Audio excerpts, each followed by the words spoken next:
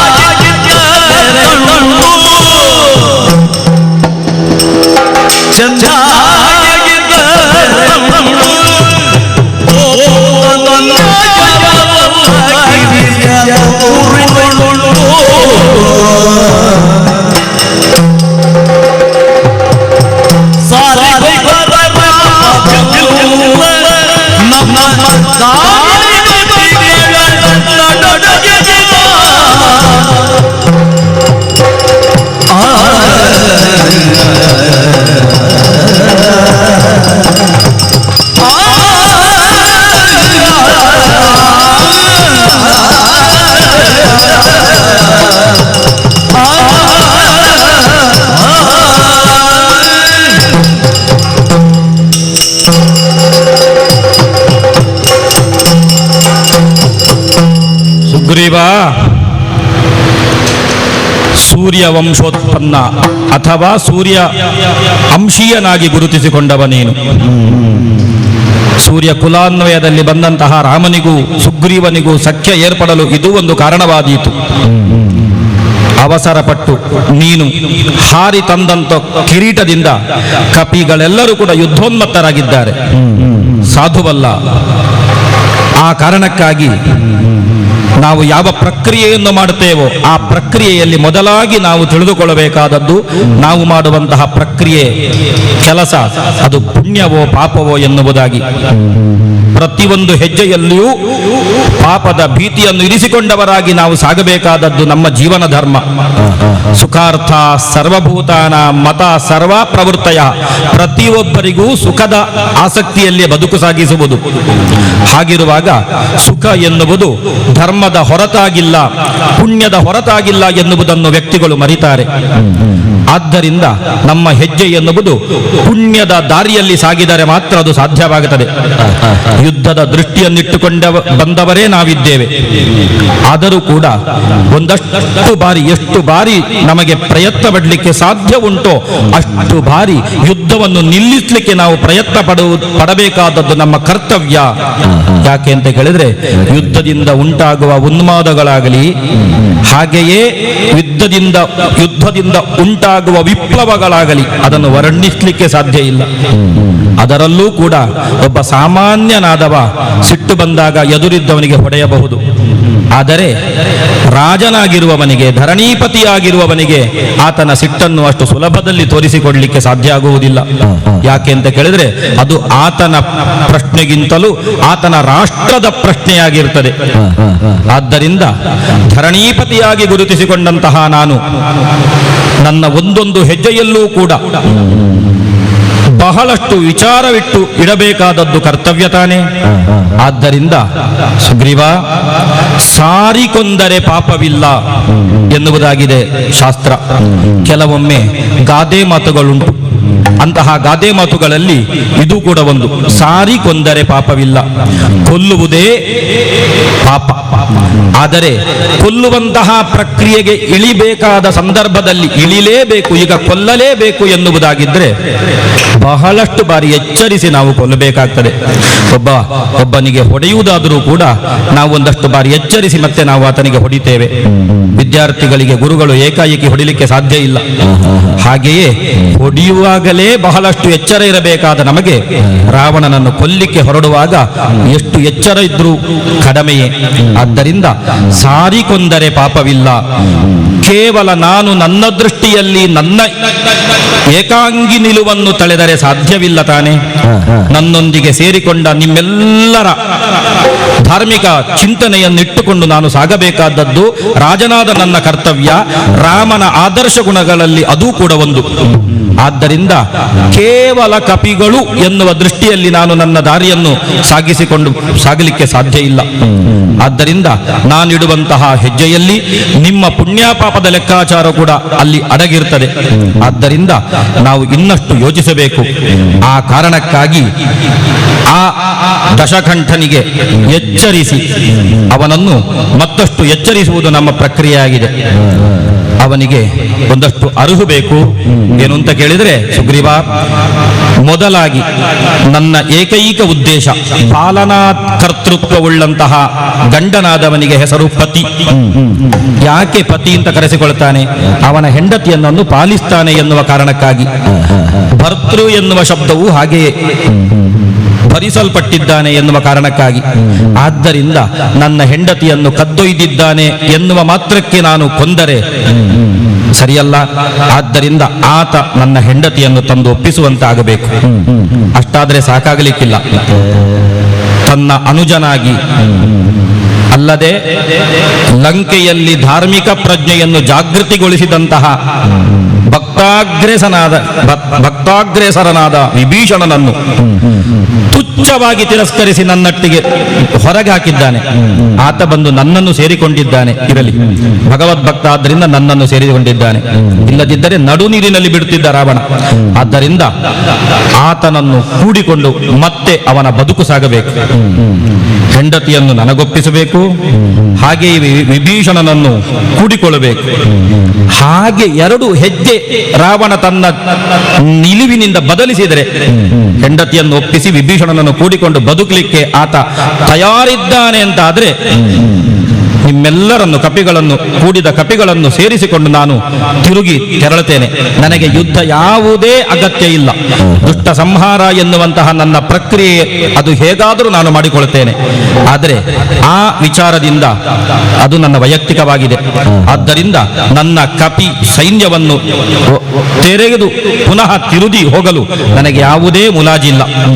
ಅಷ್ಟಲ್ಲದೆ ಇನ್ನೂ ಒಂದು ಸಂಗತಿ, ಅವನ ಭ್ರಾಂತಿ ಬುದ್ಧಿಗಳನ್ನೆಲ್ಲ ಆತ ಬಿಡಬೇಕು. ಹಗ್ಗವನ್ನು ಹಾವೆಂದು ಭ್ರಮಿಸುವುದು, ಹಾವನ್ನು ಹಗ್ಗ ಎಂದು ಭ್ರಮಿಸುವುದು ಎರಡೂ ಕೂಡ ಭ್ರಾಂತಿಯ ಲಕ್ಷಣ. ಹಗ್ಗವನ್ನು ಹಗ್ಗವೆಂದೇ ಭ್ರಮಿಸಬೇಕು, ಹಾವನ್ನು ಹಾವೆಂದೇ ಭ್ರಮಿಸಬೇಕು. ನಿತ್ಯ ನಿಲುವಿನಲ್ಲಿ ಕರದೂಷಣಾದಿ 14,000 ಭಟರನ್ನು ಸಂಹರಿಸಿದವ ರಾಮ. ಪ್ರತಿಯೊಬ್ಬರ ಮುಂಭಾಗದಲ್ಲೂ ರಾಮ ಪ್ರತ್ಯೇಕವಾಗಿ ಗುರುತಿಸಿಕೊಂಡಿದ್ದಾನೆ. ರಾಮನ ತೇಜಸ್ಸುದ ವಿಶ್ವರೂಪವನ್ನು ನಾನು ಆ ಕಾಲದಲ್ಲಿ ತೋರಿಸಿಕೊಟ್ಟಿದ್ದೇನೆ.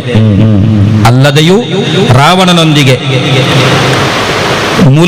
ರಾವಣನೊಂದಿಗೆ ಸಖ್ಯವನ್ನು ಮಾಡಿಕೊಂಡಂತಹ ವಾಲಿಯನ್ನು ಒಂದೇ ಒಂದು ಶರಸಂಧಾನದಿಂದ ಸಂಹರಿಸಿದ್ದೇನೆ.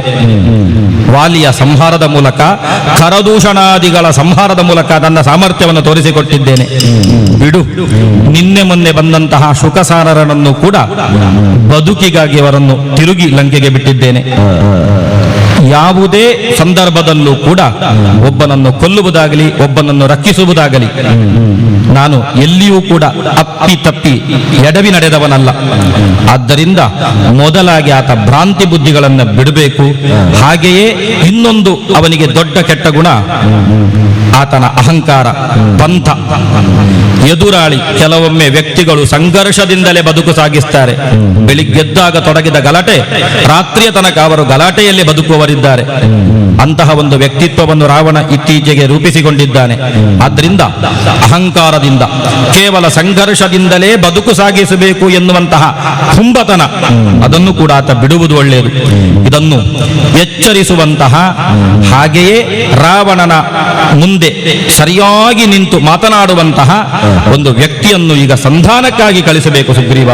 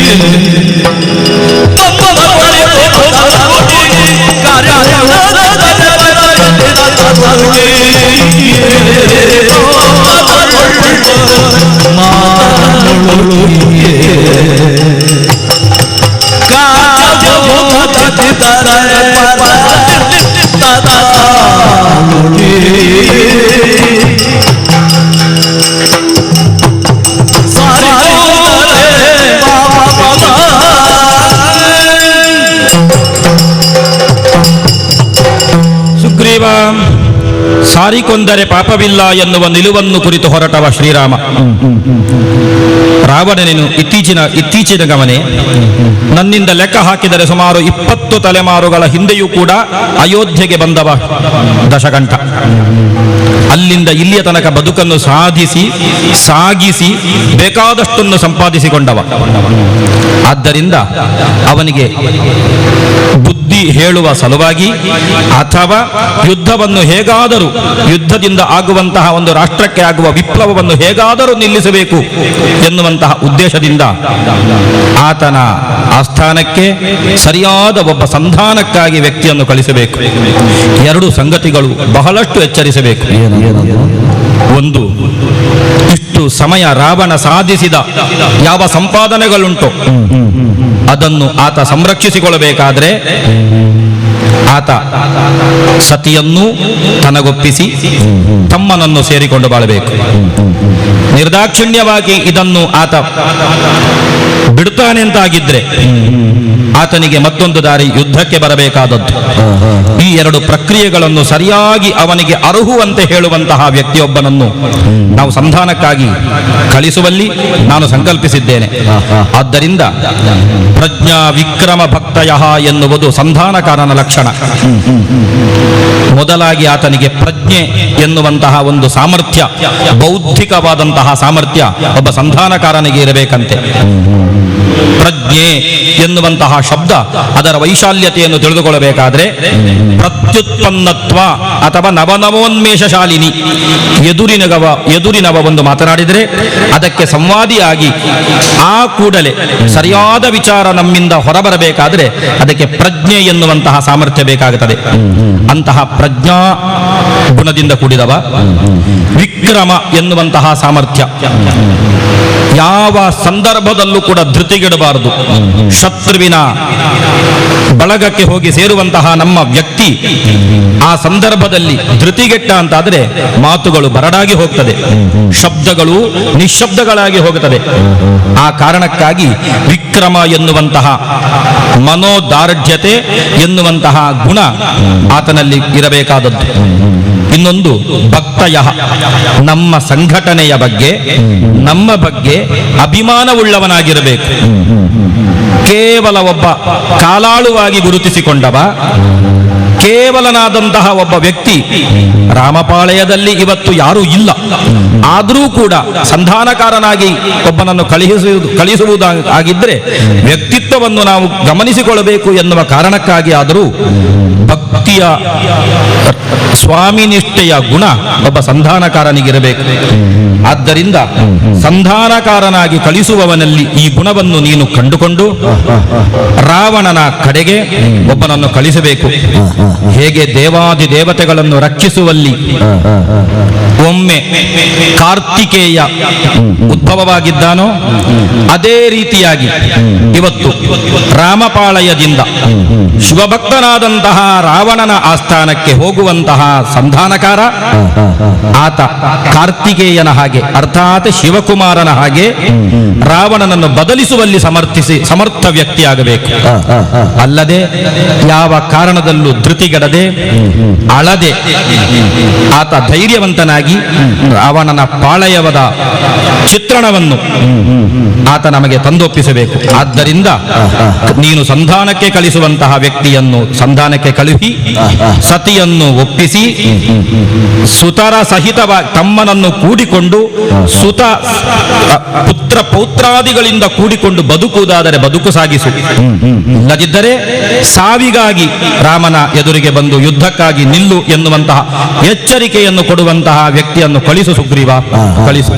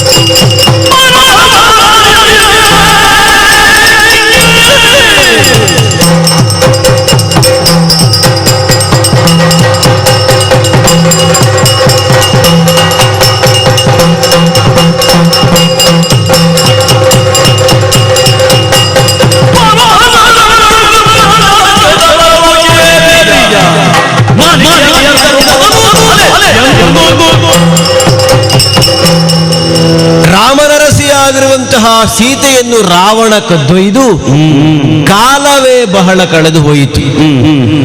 ಹೇಗೆ ಸಂಪಾದಿಸಿಕೊಳ್ಳುವುದು ಎನ್ನುವ ಹಾಗೆ ಯೋಚನಾಮಗ್ನನಾದಂತಹ ನಮ್ಮರಸ ರಾಮ ಸಾಗಿ ಬರುವ ಕಾಲಕ್ಕೆ ಸುಗ್ರೀವ ಸಖ್ಯ ಎನ್ನುವಂತಹದ್ದು ಉಂಟಾಯಿತು. ತನ್ಮೂಲಕವಾಗಿ ಹಾರಿಸಿಕೊಂಡು ಹೋದಂತಹ ರಾವಣನ ಬಗೆಗಿನ ಅನೇಕ ಕುರುಹುಗಳು ಪ್ರಾಪ್ತವಾಯಿತು. ಸಾಗರೋಲ್ಲಂಘನವನ್ನು ಮಾಡಿ ಹನುಮಂತ ಸೀತಾಮಾತೆಯ ಇರವನ್ನು ಬಂದು ಒಪ್ಪಿಸಿದ ಸ್ಥಿತಿಯೂ ಮುಗಿಯಿತು. ಈಗ ಪ್ರಸ್ತುತ ಸೇತುಬಂಧನವನ್ನು ಮುಗಿಸಿ ಲಂಕಾಸ್ಥಳಕ್ಕೆ ಕಪಿನಾಯಕರೆಲ್ಲರೂ ಬಂದು ಮುಟ್ಟಿದ್ದೇವೆ. ಯುದ್ಧಕ್ಕೆ ತೊಡಗಬೇಕೆನ್ನುವಂತಹ ಉತ್ಸಾಹ ಪ್ರತಿಯೊಬ್ಬ ವಾನರ ವೀರನಲ್ಲಿಯೂ ಮನೆ ಮಾಡಿದ್ದರೂ ಶಾಂತಮೂರ್ತಿಯು ಮರ್ಯಾದಾ ಪುರುಷೋತ್ತಮನೂ ಆದಂತಹ ರಾಮ ನಮ್ಮನ್ನೆಲ್ಲ ಕರೆದಾಡುತ್ತಾ ಇದ್ದಾನೆ.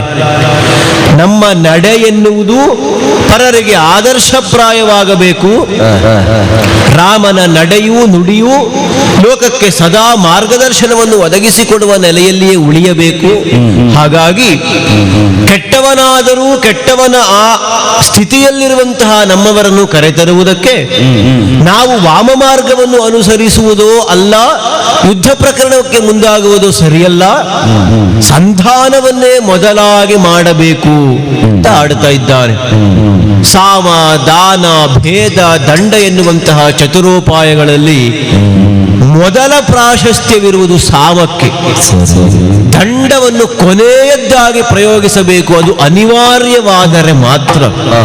ಹೀಗಾಡಿ ಸುಗ್ರೀವನನ್ನು ಕರೆದಾಡುತ್ತಾನೆ. ವಿಶೇಷವಾದಂತಹ ವ್ಯಕ್ತಿ ನಿನ್ನ ಪಾಳಯದಲ್ಲಿ ಯಾರಿದ್ದಾರೆ ಅರಸಿ, ಸಂಧಾನಕಾರನಾಗಿ ಅವನನ್ನು ಕಳುಹಿಸಿಕೊಡಬೇಕು ಎನ್ನುವ ಹಾಗೆ. ನಾವೆಲ್ಲರೂ ನಮ್ಮ ಸಾಮರ್ಥ್ಯವನ್ನು ಅರಿತು ಒಮ್ಮೆಲೆ ಕುಳಿತದ್ದು. ಥಟ್ಟನೆ ಸುಗ್ರೀವನನ್ನು ಕರೆದಾಡ್ತಾನೆ. ಅಂಗದ, ಈ ಕಾರ್ಯಕ್ಕೆ ನೀನೇ ಸರಿಯಾದವ ಎನ್ನುವ ಹಾಗೆ. ಎಂತಹ ಯೋಗ ನೋಡಿ ನಮ್ಮದ್ದು. ಒಂದು ಸಂದರ್ಭದಲ್ಲಿ ಜಾಂಬವರೇ ಕೇಳಿದ್ದ ಮಾತು, ಶತಯೋಜನ ವಿಸ್ತೀರ್ಣವಾದಂತಹ ಸಮುದ್ರವನ್ನು ಉಲ್ಲಂಘಿಸಿ ಸೀತಾಮಾತೆಯ ಇರವನ್ನು ಅರಿಯುವುದಕ್ಕೆ ಯಾರಿಗೆ ಸಾಮರ್ಥ್ಯ ಉಂಟು ಅಂತ ಕೇಳಿದಾಗ ಪ್ರತಿಯೊಬ್ಬ ಕಪಿವೀರರು ತಮ್ಮ ಸಾಮರ್ಥ್ಯವನ್ನು ಅರುಹಿಕೊಂಡವರೇ. ತಾವು 10 ಯೋಜನ ಹಾರುತ್ತೇವೆ ಎನ್ನುವಲ್ಲಿಂದ ತೊಡಗಿ 100 ಯೋಜನವನ್ನೂ ಹಾರುತ್ತೇನೆ ಅಂತ ಹೇಳಿದ ಜಾಂಬವರು ತಮ್ಮ ಅಭಿಮತವನ್ನು ವ್ಯಕ್ತಪಡಿಸಿದವರೇ. ಆಗ ನಮ್ಮ ಹನುಮಂತನಿಗೆ ಒಂದು ಅವಕಾಶ ಒದಗಿ ಬಂತು. ಈಗ ಹನುಮಂತನ ಹಾಗೆಯೇ ಅಂಗದನಿಗೊಂದು ಅವಕಾಶ ಪ್ರಾಪ್ತವಾಗುತ್ತದೆ ಅಂತಾದರೆ ಇದು ನನ್ನ ಪುಣ್ಯ ಮಾತ್ರ ಅಲ್ಲ, ಒಂದರ್ಥದಲ್ಲಿ ರಾಮ ನನ್ನ ಮೇಲೆ ಕರುಣಿಸಿದಂತಹ ಪುಣ್ಯ ವಿಶೇಷತೆಯೂ ಒಳಗೊಂಡ ಹಾಗೆ ನಾನೇ ಇದಕ್ಕೆ ಸೂಕ್ತ ಅಂತ ಆರಿಸ್ತಾರೆ ಅಂತಾದ್ರೆ ತಡ ಮಾಡುವುದಲ್ಲ. ಸುಗ್ರೀವನ ಪಾದಗಳಿಗೆ ನಮಸ್ಕರಿಸಿದ್ದೇನೆ, ರಾಮನ ಕಾರುಣ್ಯವನ್ನು ಧರಿಸಿದ್ದೇನೆ, ಭಾನುವಂಶಜನಾದಂತಹ ಸುಗ್ರೀವನ ಮಾತನ್ನು ಧರಿಸಿ ಭಾನುವಂಶೀಯನಾಗಿರುವಂತಹ ರಾಮನ ಕರುಣೆಯನ್ನು ಧರಿಸಿ ಭಾನು ಮಾರ್ಗವನ್ನು ಅಡರಿ ಹಾರಿ ಬಂದದ್ದಾಗಿದೆ. ಲಂಕೆಯ ಈ ಅರಮನೆಯ ಭಾಗದಲ್ಲಿ ಬಂದು ನಿಂತದ್ದೇ ತಡ. ನನ್ನನ್ನು ಕಂಡಂತಹ ನಾರಿಯರೆಲ್ಲ ಒಂದು ವಿಚಿತ್ರವಾದಂತಹ ಭಾವವನ್ನು ಪ್ರಕಟಿಸುತ್ತಾ ಇದ್ದಾರೆ. ಹಾಗಾದ್ರೆ ಎಂಥದ್ದು ಈ ಭಾವದ ಅರ್ಥ? ಅರ್ಥ ಆಯಿತು. ಪೂರ್ವ ಪ್ರಕರಣ ಅವರಿಗೆ ನೆನಪಿಗೆ ಬಂದಿರಬೇಕು. ಹನುಮಂತ ನಾಮಕನಾದಂತಹ ಒಬ್ಬ ಕಪಿವೀರ ಸಾಗರೋಲ್ಲಂಘನವನ್ನು ಮಾಡಿ ಲಂಕೆಗೆ ಬಂದು ತನ್ನ ಬಾಲದಲ್ಲಿರುವಂತಹ ಬೆಂಕಿಯನ್ನು ಲಂಕೆಯ ಮನೆಗಳಲ್ಲಿ ಹಚ್ಚಿ ಇಲ್ಲಿ ಸಮಸ್ತವನ್ನು ದಹಿಸಿ ಲಂಕಾನಗರದ ಉಪವನವನ್ನು ಹಾಳುಗೆಡಹಿ ಮಾಡಿದ ಉತ್ಪಾತ ಸರಣಿಗಳನ್ನೆಲ್ಲ ನೆನಪಿಸಿಕೊಂಡು ಮಾನಿನಿಯರೆಲ್ಲ ಬೆದರುತ್ತಾ ಇದ್ದಾರೆ. ಬೆದರಿದ್ದು ಮಾತ್ರವಾ, ಮತ್ತೆ ಮುಂದಾದ್ರಲ್ಲ ಈ ಕಾರ್ಯಕ್ಕೆ, ತಮ್ಮ ಸೀರೆಯನ್ನು ಹಿಡಿಯುವುದಕ್ಕೆ ಮುಂದಾದ.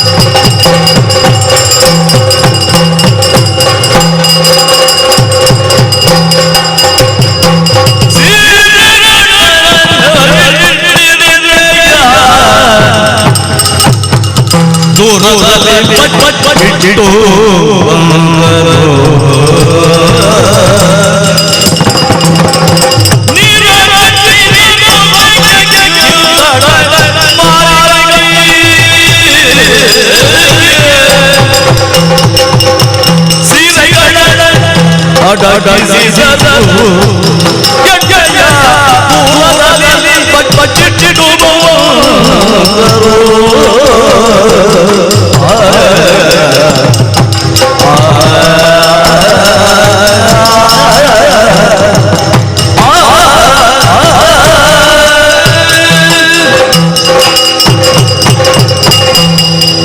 ಲಂಕಾನಗರದ ನೀರೆಯರೆಲ್ಲ ತಮ್ಮ ಸೀರೆಯ ಗಂಟಿಗೆ ಕರವಿಕ್ಕುತ್ತಾ ಅದನ್ನು ಅಡಗಿಸುವ ಎಡೆಯಲ್ಲಿ ಎನ್ನುವುದನ್ನು ಹುಡುಕುತ್ತಾ ಅತ್ತ ಇತ್ತ ಸಾಗುತ್ತಾ ಇದ್ದಾರೆ. ಯಾಕೆ ಈ ಪ್ರಕರಣ ನೆನಪಿಗೆ ಬಂತು ಅಂತ ಕೇಳಿದರೆ ಮತ್ತೆ ನಮ್ಮ ಹನುಮಂತನ ಚೇಷ್ಟೆಯೇ ಇದಕ್ಕೆ ಕಾರಣ ಅಂತ ಈಗ ಅರ್ಥ ಆಯಿತು. ಹನುಮಂತನನ್ನು ಕಾಡಿಸುವುದಕ್ಕೋ ಅಲ್ಲ ಹನುಮಂತನನ್ನು ಪೀಡಿಸುವುದಕ್ಕೋ ಬೇಕಾಗಿ ರಾವಣ ಆಜ್ಞೆ ಮಾಡಿದ್ದನಂತೆ. ಲಂಕಾನಗರದಲ್ಲಿರುವಂತಹ ಸಮಸ್ತ ವಸ್ತ್ರವನ್ನು ಬಾಲಕ್ಕೆ ಸುತ್ತಿ ಅದಕ್ಕೆ ಕಿಚ್ಚನ್ನು ಹೊತ್ತಿಸಿ ಆ ಕಪಿಯನ್ನು ಇಲ್ಲಿಂದ ನಿವಾರಿಸಬೇಕು ಎನ್ನುವಂತಹ ನೆಲೆಯಲ್ಲಿ ಉದ್ಯುಕ್ತನಾದವನಂತೆ. ಎಲ್ಲರೂ ತಮ್ಮ ತಮ್ಮಲ್ಲಿರುವಂತಹ ವಸ್ತ್ರಗಳನ್ನು ತಂದು ಬಾಲಕ್ಕೆ ಸರಿಯಾಗಿ ಸುತ್ತಿದರಂತೆ. ಅದಕ್ಕೆ ಸರಿಯಾಗಿ ತೈಲವನ್ನು ಸುರಿದರಂತೆ. ದಗಿಸುವಂತಹ ನೆಲೆಯಲ್ಲಿ ಬೆಂಕಿಯನ್ನು ಕೊಟ್ಟರಂತೆ. ಅವರ ಭಾವನೆ ಹೀಗೆ, ಹನುಮಂತನ ಕಥೆ ಮುಗಿಯಿತು, ಇನ್ನು ನಾವು ನಿಶ್ಚಿಂತರಾಗಿ ಉಳಿಯಬಹುದು ಎನ್ನುವ ಹಾಗೆ. ಮಂಗನ ಬುದ್ಧಿ ಏನು ಎನ್ನುವುದು ಇಲ್ಲಿಯ ರಾಕ್ಷಸರಿಗೆ ಎಂಥದ್ದು ಅರ್ಥ ಆಗುವುದು.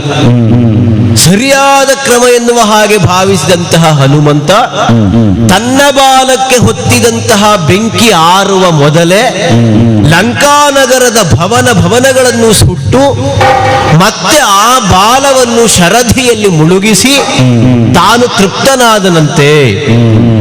ಈಗ ಬಂದಂತಹ ಕಪಿ ಬಹುಶಃ ಆ ಹನುಮಂತನೇ ಆಗಿರಬಹುದೋ ಏನೋ ಎನ್ನುವ ಹಾಗೆ ಭಾವಿಸಿ, ಅಲ್ಲ ಹನುಮಂತರ ಹಾಗೆಯೇ ವ್ಯವಹರಿಸಬಹುದೋ ಏನೋ ಎನ್ನುವ ಹಾಗೆ ಭ್ರಮಿಸಿ ತಮ್ಮ ತಮ್ಮ ವಸ್ತ್ರಗಳನ್ನು ಗಂಟಿಕ್ಕುವುದಕ್ಕೆ ಮುಂದಾಗುತ್ತಾ ಇದ್ದಾರೆ. ಯಾವ ಹೆಣ್ಣಿಗೆ ಸೀರೆಯ ಮೇಲೆ ಆಸೆ ಇರುವುದಿಲ್ಲ ಹೇಳಿ ಸ್ವಾಮಿ? ಒಂದು ಸ್ವಲ್ಪ ತಮ್ಮ ಗಂಡಂದಿರ ಬಗೆಗಿನ ಆಸೆಯನ್ನಾದರೂ ಪಕ್ಕಕ್ಕೆ ಇಟ್ಟಾರು, ಆದರೆ ಸೀರೆಯ ಬಗೆಗಿನ ವ್ಯಾಮೋಹವನ್ನು ಯಾವ ಕಾರಣಕ್ಕೂ ಬಿಡುವುದಕ್ಕೆ ಸಾಧ್ಯ ಇಲ್ಲ. ನೀರೆ ಮತ್ತು ಸೀರೆ ಆ ಶಬ್ದಗಳಲ್ಲಿಯೂ ಬಹಳ ಹತ್ತಿರವಾದಂತಹ ಸಾಮ್ಯ ಉಂಟೇ ಉಂಟು. ಸೀರೆ ಗಂಟಿಕ್ಕಿದ್ದು ಮಾತ್ರವೇ ಅಲ್ಲ, ಎಣ್ಣೆಯ ಭಾಂಡವನ್ನು ಎಣ್ಣೆಯ ಕೊಪ್ಪರಿಗೆಯನ್ನು ಆದಷ್ಟು ಅಡಗಿಸುವುದಕ್ಕೆ ಮುಂದಾಗುತ್ತಾ ಇದ್ದಾರೆ. ಎಣ್ಣೆಯನ್ನು ತುಂಬಿಸಿರುವಂತಹ ಪಾತ್ರೆಯನ್ನು ತಮ್ಮ ಮನೆಯಲ್ಲಿರುವಂತಹ ಪುರುಷರ ಕರಕ್ಕೆ ಸಿಗದ ಹಾಗೆ ಅಡಗಿಸುವುದಕ್ಕೆ ತೊಡಗುತ್ತಾರೆ. ಮತ್ತೆ ನಿಜವಾಗಿ ಅಡಗಿಸುವ ಭಾವ ಅದು ನಾವು ಸ್ತ್ರೀಯರಲ್ಲಿಯೇ ಕಲಿಯಬೇಕು. ಪುರುಷ ಎಷ್ಟು ಅಡಗಿಸಿದರೂ ಕೊನೆಗೆ ಕಾಣಿಸುವುದೇ ಅಲ್ಲವೇ? ಆದ್ರೆ ಸ್ತ್ರೀಯರು ಹಾಗಲ್ಲ. ಒಮ್ಮೆ ಅಡಗಿಸಿದರು ಅಂತಾದರೆ ಮತ್ತೆ ಸ್ತ್ರೀಯರಲ್ಲದೆ ಬೇರೆಯವರಿಂದ ಪತ್ತೆ ಹಚ್ಚುವುದಕ್ಕೆ ಸಾಧ್ಯ ಇಲ್ಲ. ಹಾಗೆ ಇದನ್ನೆಲ್ಲವನ್ನು ಕಟ್ಟಿ ಆ ಕಡೆಯಲ್ಲಿರುವಂತಹ ಈ ನಾರಿಯರ ವೃಂದವನ್ನು ಕಾಣುತ್ತಾ ಇದ್ದೇನೆ. ಕೇವಲ ನಾರಿಯರ ವೃಂದವು ಅಂತ ಕೇಳಿದ್ರೆ, ಓ ಆ ಸಣ್ಣ ಹುಡುಗರು ಹೇಗೆ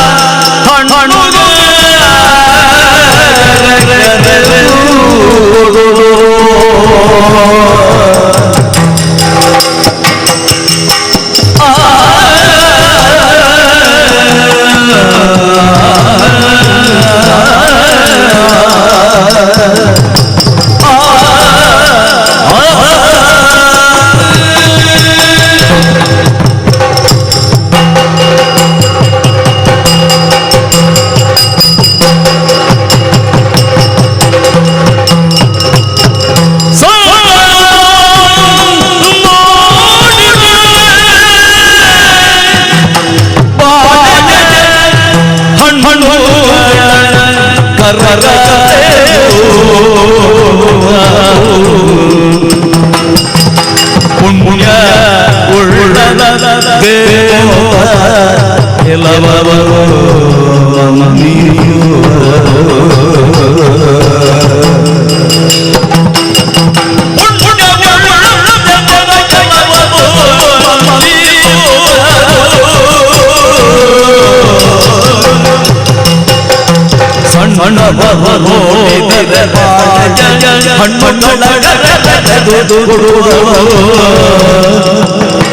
ಪುಣ್ಯ ಕೆಲವರು ಪುಣ್ಯ ಪುಣ್ಯದ ಕೆಲವರು ಮನ್ನಿಸುವರು ಸಂತವರು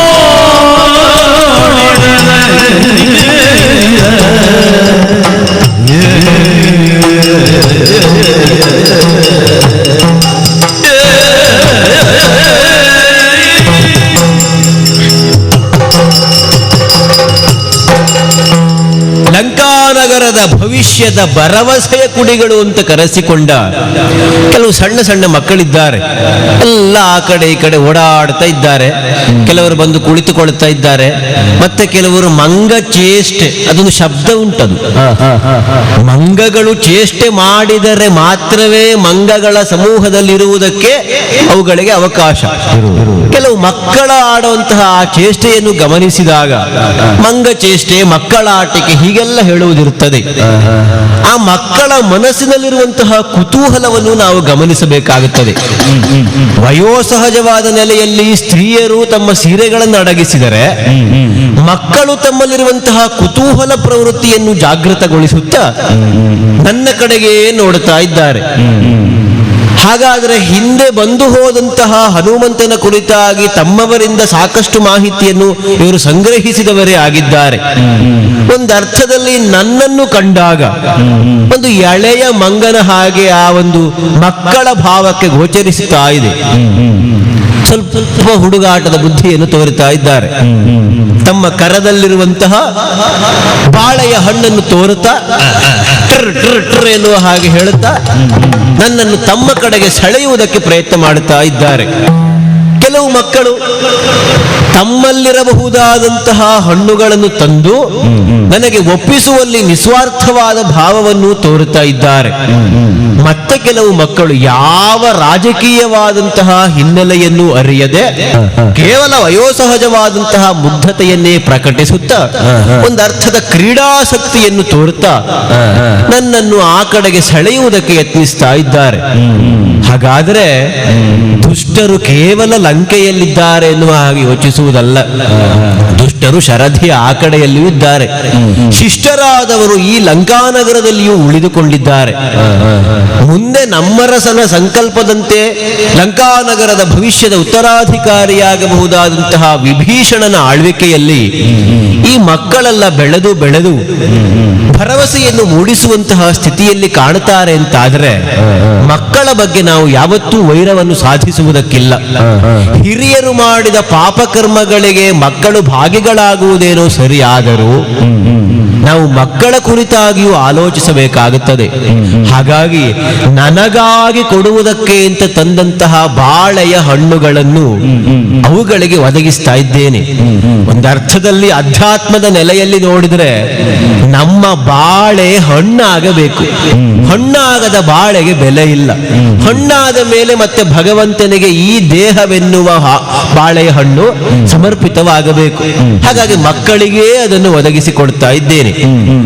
ಮಕ್ಕಳನ್ನೆಲ್ಲ ಆ ಕಡೆಗೆ ಕಳುಹಿಸಿ ಕಳುಹಿಸಿ ಮುಂದೆ ಬಂದ್ರೆ ಓ ಈ ಅಂಗಡಿಯವರು ಕಾಣ್ತಾ ಇದ್ದಾರಲ್ಲ,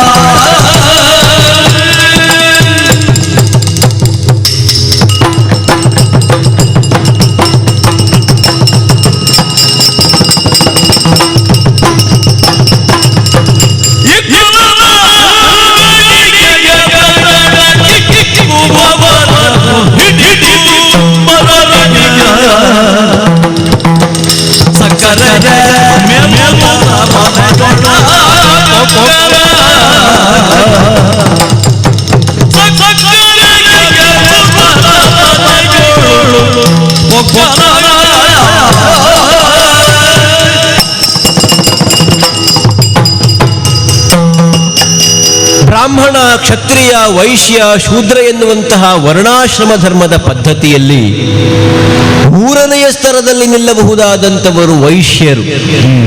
ವ್ಯಾಪಾರವನ್ನೇ ಕರ್ತವ್ಯವನ್ನಾಗಿಸಿಕೊಂಡು ಕೇವಲ ತಮ್ಮ ಉದರ ಪೋಷಣೆಯನ್ನಷ್ಟೇ ಯೋಚಿಸದೆ ದೇಶದ ಆರ್ಥಿಕ ಸ್ಥಿತಿಯನ್ನು ಬದಲಿಸುವಲ್ಲಿಯವರೆಗೆ ಪ್ರಭಾವ ಬೀರುವಂತಹ ಗುಣಧರ್ಮವನ್ನು ಕಾಪಿಟ್ಟುಕೊಂಡವರು.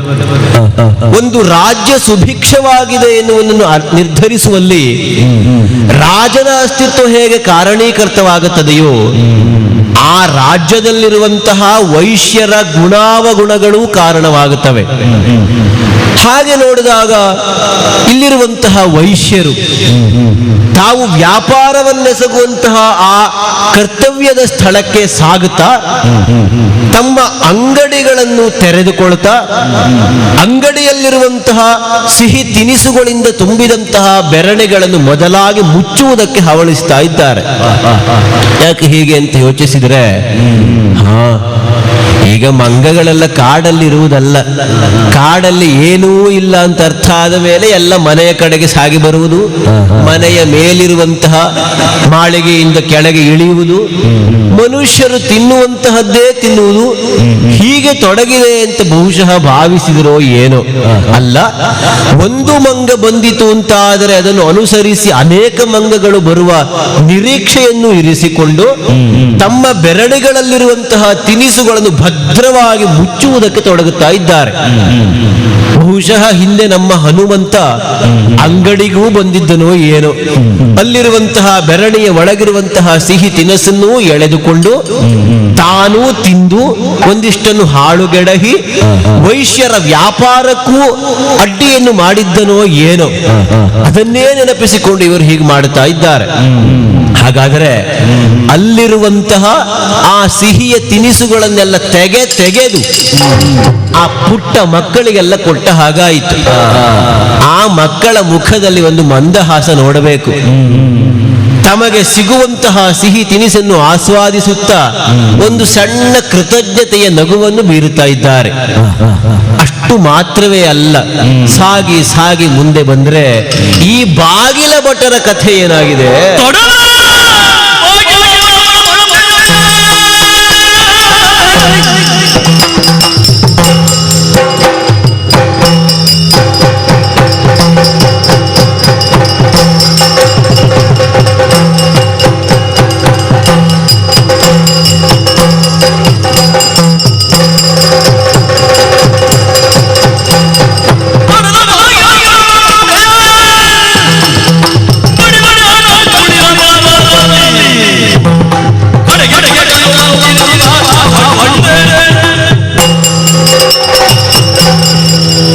ನಿಜವಾಗಿ ಯಾರು ರಕ್ಷಿಸಬೇಕಾದವರು ಅವರಿಗೆ ರಾಕ್ಷಸರು ಅಂತ ಹೆಸರು.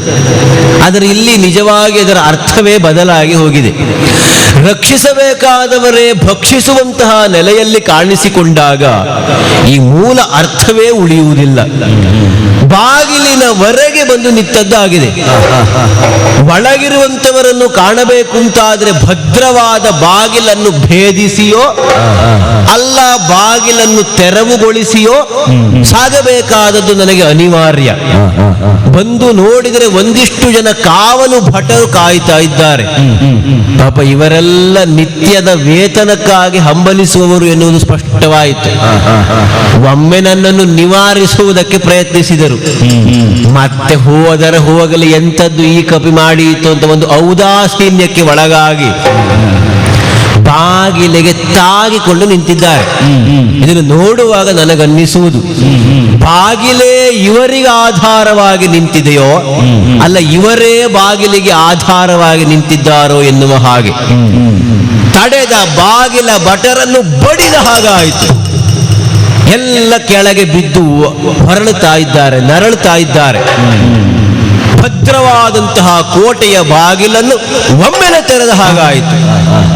ತೆರೆದು ಮುಂದೆ ಮುಂದೆ ಮುಂದೆ ಬಂದರೆ ಸುತ್ತ ಎಲ್ಲ ಇದ್ದಾರೆ. ಪ್ರತಿಭಟಿಸುವುದಕ್ಕೆ ಬಂದಂತವರನ್ನು ಕೂಡ ನನ್ನ ಕರದಲ್ಲಿರುವಂತಹ ಮರದ ಕೊಂಬೆಯನ್ನು ಹಿಡಿದು ಬಡಿದಿದ್ದೇನೆ ಅವರಿಗೂ. ಮುಂದೆ ಮುಂದೆ ಸಾಗಿ ಬಂದ್ರೆ ಇದು ನಾನೆಣಿಸಿದಂತಹ ರಾವಣನ ಅಂತಃಪುರವೇ ಆಗಿರಬೇಕು. ಎಲ್ಲ ಅವರವರದ್ದೇ ಆದಂತಹ ಯೋಚನೆಯಲ್ಲಿ ಮಗ್ನರಾಗಿದ್ದಾರೆ. ಎಲ್ಲರೂ ಅವರವರ ಆಸನದಲ್ಲಿ ಆಸೀನರಾಗಿದ್ದಾರೆ. ಹಾಗಾದ್ರೆ ನಮಗೆ ಆಸನವನ್ನು ಕೊಡುವವರು ಯಾರಿದ್ದಾರೆ? ಯಾರು ಕೊಡುವುದು ಯಾಕೆ ಸ್ವಾಮಿ? ನಮ್ಮ ಆಸನವನ್ನು ನಾವೇ ಸಿದ್ಧಗೊಳಿಸುವಷ್ಟು ಶಕ್ತಿ ಸಂಪನ್ನರಾಗಿರುವಾಗ ಮತ್ತೆ ಇವರು ಕೊಡುವ ಆಸನದ ಅನಿವಾರ್ಯತೆ ನಮಗುಂಟ?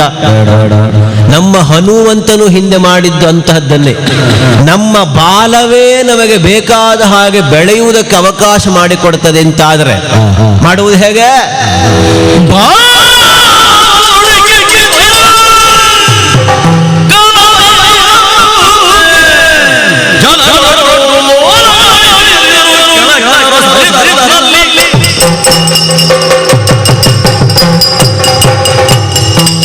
ಹಾರಿ ಬರುವಾಗ ಬಹಳ ಸಣ್ಣ ಪ್ರಮಾಣದಲ್ಲಿದ್ದಂತಹ ಒಂದು ಬಾಲವನ್ನು ದೀರ್ಘವಾಗಿ ಬೆಳೆಸಿದ್ದೇನೆ. ಬಾಲವನ್ನು ಸುರುಳಿ ಆಕಾರದಲ್ಲಿ ಸುತ್ತಿ ಇಲ್ಲಿರುವಂತಹ ಪ್ರತಿಯೊಬ್ಬರ ಆಸನಕ್ಕಿಂತ ಅಧಿಕವಾಗುವ ಹಾಗೆ ನನ್ನ ವಾಲಾಸನವನ್ನು ಬಲಿದು ಇದರ ಮೇಲೆ ಕುಳಿತಿದ್ದೇನೆ. ಯಾರಾದರೂ ನಮ್ಮ ಕಡೆಗೆ ನೋಡುವವರಿದ್ದಾರೋ ಅಂತ ಲಕ್ಷಿಸಿದರೆ ಯಾರು ನೋಡುವವರಿಲ್ಲ ಅಂತ ಅರ್ಥ ಆಯಿತು. ಮಂತ್ರಾಲೋಚನೆಯಲ್ಲಿ ತೊಡಗಿದ್ದಾರೆ. ಇಂತಹ ಮಂತ್ರಾಲೋಚನೆಯಲ್ಲಿ ತೊಡಗಿದಂತಹ ಈ ಸಭೆಯ ಸಡಗರವನ್ನು ಕಂಡರೆ ಆಹಾ,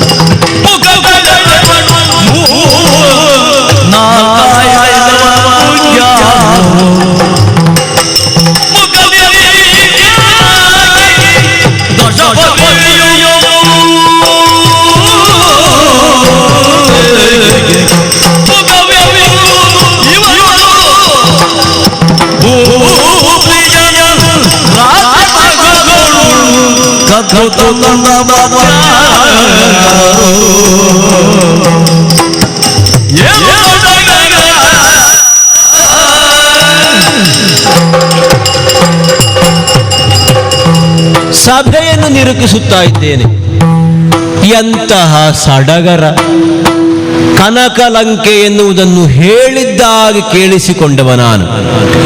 ಕನಕಲಂಕೆಯ ಸೌಂದರ್ಯ ಹಾಗೆ ಹೀಗೆ ಅಂತ ನಮ್ಮವರೆಲ್ಲರೂ ವರ್ಣಿಸುವುದನ್ನು ಕೇಳುವಾಗ ಕಲ್ಪನೆಯಲ್ಲಿಯೇ ನಾನು ಲಂಕೆಯನ್ನು ಕಂಡವ. ಆದರೆ ನಿಜವಾಗಿ ಈಗ ವಾಸ್ತವ ಪ್ರಪಂಚದ ಅರಿವು ಮೂಡುತ್ತಾ ಇದೆ ಈ ಕನಕಲಂಕೆಯ ಅರಮನೆಯಲ್ಲಿ ಅಂತಾದರೆ ಸುತ್ತ ಎಲ್ಲ ಬಂಗಾರದಿಂದಲೇ ನಿರ್ಮಿಸಲ್ಪಟ್ಟಿರುವಂತಹ ಕಂಬಗಳು, ಬಗೆ ಬಗೆಯ ಮಣಿಗಳಿಂದ ಸಾಲಂಕೃತವಾಗಿರುವಂತಹ ಆಸನಗಳು, ನೆಲ ನೋಡಿದರೆ ಫಳ ಫಳ ಫಳ ಹೊಳೀತದೆ. ಎಲ್ಲಿ ನೋಡಿದರಲ್ಲಿ ಸೌಂದರ್ಯವೇ ರಾರಾಜಿಸುವ ಹಾಗೆ ಕಾಣಿಸುತ್ತಾ ಇದೆ. ನನ್ನ ಲಕ್ಷ್ಯ ಇದಾವುದರ ಕಡೆಗೂ ಅಲ್ಲ. ಇಲ್ಲಿ ತಮ್ಮಷ್ಟಕ್ಕೆ ತಾವು ತೊಡಗಿಸಿಕೊಂಡಿರುವಂತಹ ಪ್ರತಿಯೊಬ್ಬರನ್ನೂ ನಾನು ನೋಡುತ್ತಾ ಇದ್ದೇನೆ. ಎಂಥದಪ್ಪ ಆಶ್ಚರ್ಯ ಇದು! ನಾನು ಇಲ್ಲಿಯವರೆಗೆ ಏಕರೂಪದ ವಾನರರನ್ನು ಮಾತ್ರ ಕಂಡದ್ದು. ಬಿಟ್ಟರೆ ನರೋತ್ತಮನಾಗಿರುವಂತಹ ರಾಮನನ್ನೂ ರಾಮಾನುಜನಾದಂತಹ ಲಕ್ಷ್ಮಣನನ್ನೂ ಕಂಡವ. ಆದರೆ ಇಲ್ಲಿ ಎಂತೆಂತಹ ವಿಚಿತ್ರ ವಿಚಿತ್ರ ರೂಪದ ಪ್ರಾಣಿಗಳೆಲ್ಲ ಇವೆಯಪ್ಪ. ಇವುಗಳನ್ನು ಪ್ರಾಣಿಗಳು ಅಂತ ಹೇಳಿದೆ ಮತ್ತಿನ್ನೇನಾಡುವುದು? ಓ, ಅಲ್ಲಿ ಒಬ್ಬ ಕುಳಿತಿದ್ದಾನೆ, ಒಂದು ಮುಖದವ, ಒಂದು ತಲೆಯವ. ಸ್ವಲ್ಪ ದೂರದಲ್ಲಿ ಇನ್ನೊಬ್ಬನಿದ್ದಾನೆ. ಅವನಿಗೆ ಇವನ ಹಾಗೆ ಒಂದು ತಲೆಯಲ್ಲ, ಇವನಿಗೆ 2 ತಲೆ. ಸ್ವಲ್ಪ ದೂರದಲ್ಲಿ ಮತ್ತೊಬ್ಬನಿದ್ದಾನೆ, ಅವನಿಗೆ 3 ತಲೆ. ಆ ಕಡೆಯಲ್ಲಿ 4 ತಲೆಯವನೊಬ್ಬನಿದ್ದಾನೆ, 5 ತಲೆಯವನೊಬ್ಬನಿದ್ದಾನೆ.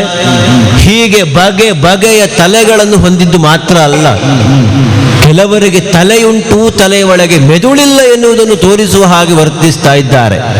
ಕೆಲವರಿಗೆ ತಲೆಯೂ ಉಂಟು, ಮೆದುಳು ಉಂಟು, ಪ್ರಯೋಜನಕ್ಕೆ ಬರುವುದಿಲ್ಲ, ಆ ಸ್ಥಿತಿಯಲ್ಲಿದ್ದಾರೆ ಎನ್ನುವುದು ಅರ್ಥ ಆಗುತ್ತದೆ. 10 ತಲೆಯವನೊಬ್ಬ ಹೊತ್ತೊಯ್ದಂಥದ್ದು ಅಂತ ನಾನು ಕೇಳಿಸಿಕೊಂಡದ್ದು ಸೀತೆಯನ್ನು. ಇಲ್ಲಿ 10 ತಲೆಯವರು ಇದ್ದಾರೆ, ಅದಕ್ಕಿಂತ ಅಧಿಕವಾದವರು ಕಾಣ್ತಾ ಇದ್ದಾರೆ. ಹಾಗಾದರೆ ರಾವಣ ಯಾರು ಎನ್ನುವುದನ್ನು ಪತ್ತೆ ಹಚ್ಚುವುದಕ್ಕೆ ಅಸಾಧ್ಯವಾಗುತ್ತಾ ಇದೆ. ಅಥವಾ ಕೆಲವರು ಬೇಕಾದ ಹಾಗೆ ತಮ್ಮ ರೂಪವನ್ನು ಬದಲಿಸಿಕೊಳ್ಳುವುದಕ್ಕೆ ಸಮರ್ಥರಿದ್ದಾರೆ ಅಂತ ಕೇಳಿದ್ದೇನೆ. ನನ್ನನ್ನು ಮರುಳುಗೊಳಿಸುವುದಕ್ಕೆ ಬೇಕಾಗಿಯೇ ಇಂತಹ ಬಗೆ ಬಗೆಯ ಶಿರಗಳನ್ನು ಧರಿಸಿದ್ದಾರೋ ಏನೋ, ಅಲ್ಲ ಶಿರಗಳನ್ನು ಅಡಗಿಸಿಕೊಂಡಿದ್ದಾರೋ ಎಂಥದ್ದು ಅರ್ಥ ಆಗುವುದಿಲ್ಲ. ಹಾಗಾದ್ರೆ ಈಗ ನಾನು ಇವನನ್ನು ನಾನು ರಾವಣ ಅಂತ ಭಾವಿಸಿ ಅವನೊಂದಿಗೆ ಸಂಭಾಷಿಸುವುದಕ್ಕೆ ತೊಡಗಿದರೆ, ಎಲ್ಲ ಪ್ರಸಂಗ ಮುಗಿದ ಮೇಲೆ ನಾನು ರಾವಣ ಅಲ್ಲ ಅಂತ ಹೇಳಿದ್ರೆ ಮತ್ತೆ ಬುಡದಿಂದ ತೊಡಗುವುದಾ? ಆಗುವುದಕ್ಕಿಲ್ಲ. ಅಲ್ಲ, ಇವ ರಾವಣನಲ್ಲ ಅಂತ ಉಪೇಕ್ಷಿಸಿ ನಾನು ಹೊರಗೆ ಹೋಗುವುದಕ್ಕೆ ತೊಡಗಿದರೆ, ಅವನೇ ರಾವಣನಾಗಿದ್ದರೆ, ನಮ್ಮ ಒಡೆಯ ಆಡಿದ್ದು ಪ್ರಜ್ಞೆ ಜಾಗೃತವಾಗಬೇಕು ಸಂಧಾನಕಾರನಿಗೆ ಅಂತ. ಹಾಗಾದ್ರೆ ಯಾರಿರಬಹುದು? ಈಗ ಅಪರಿಚಿತವಾದ ಒಂದು ಸ್ಥಳಕ್ಕೆ ನಾವು ಬಂದ ಮೇಲೆ ಪರಿಚಯಿಸಲ್ಪಡಬೇಕಾದದ್ದನ್ನು ಪರಿಚಯಕ್ಕೆ ಒಳಪಡಿಸಬೇಕಾದದ್ದು ಮೊದಲ ಕರ್ತವ್ಯವಲ್ಲವೇ? ನೋಡುವ, ನನ್ನನ್ನು ಮಾತಾಡಿಸುವಂತಹ ಪ್ರಾಣಿ ಇಲ್ಲಿ ಯಾವುದಾದರೂ ಕಣ್ಣಿಗೆ ಬೀಳುತ್ತದೆಯೋ ಅಂತ ನೋಡುತ್ತಾ ನನ್ನ ವಾಲಾಸನದಲ್ಲಿಯೇ ಕುಳಿತುಕೊಳ್ತೇನೆ, ನೋಡ್ತೇನೆ ಏನಾಗುತ್ತದೆ.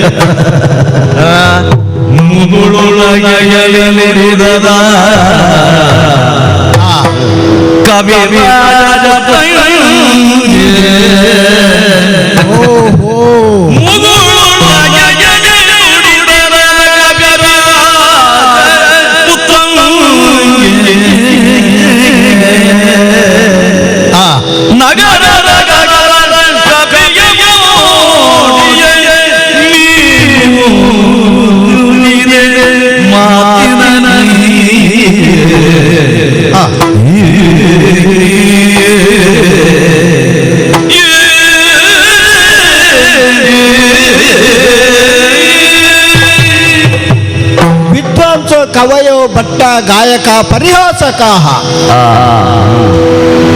ಪುರಾಣಿಕ ಸಭಾ ಸಪ್ತಾಂಗ ಲಕ್ಷಣ. ಒಂದು ಸಭೆಯಲ್ಲಿ ವಿದ್ವಾಂಸೋ ಕವಯೋ ಭಟ್ಟ ಗಾಯಕ ಪರಿಹಾಸಕಾಹ ಇತಿಹಾಸಿ ಪುರಾಣಿಕ ಸಭಾ ಸಪ್ತಾಂಗ ಇಷ್ಟೆಲ್ಲ ವರ್ಗ ಇದ್ರೆ ಮಾತ್ರ ಅದು ಪರಿಪೂರ್ಣ ಸಭೆ. ನಮ್ಮ ರಾವಣ ಪ್ರಭುಗಳ ಸಭೆ ಇದು. ರಾವಣ ಮಹಾಪ್ರಭುಗಳು ಎತ್ತರ ಸ್ಥಾನದಲ್ಲಿ ಇದ್ದಾರೆ.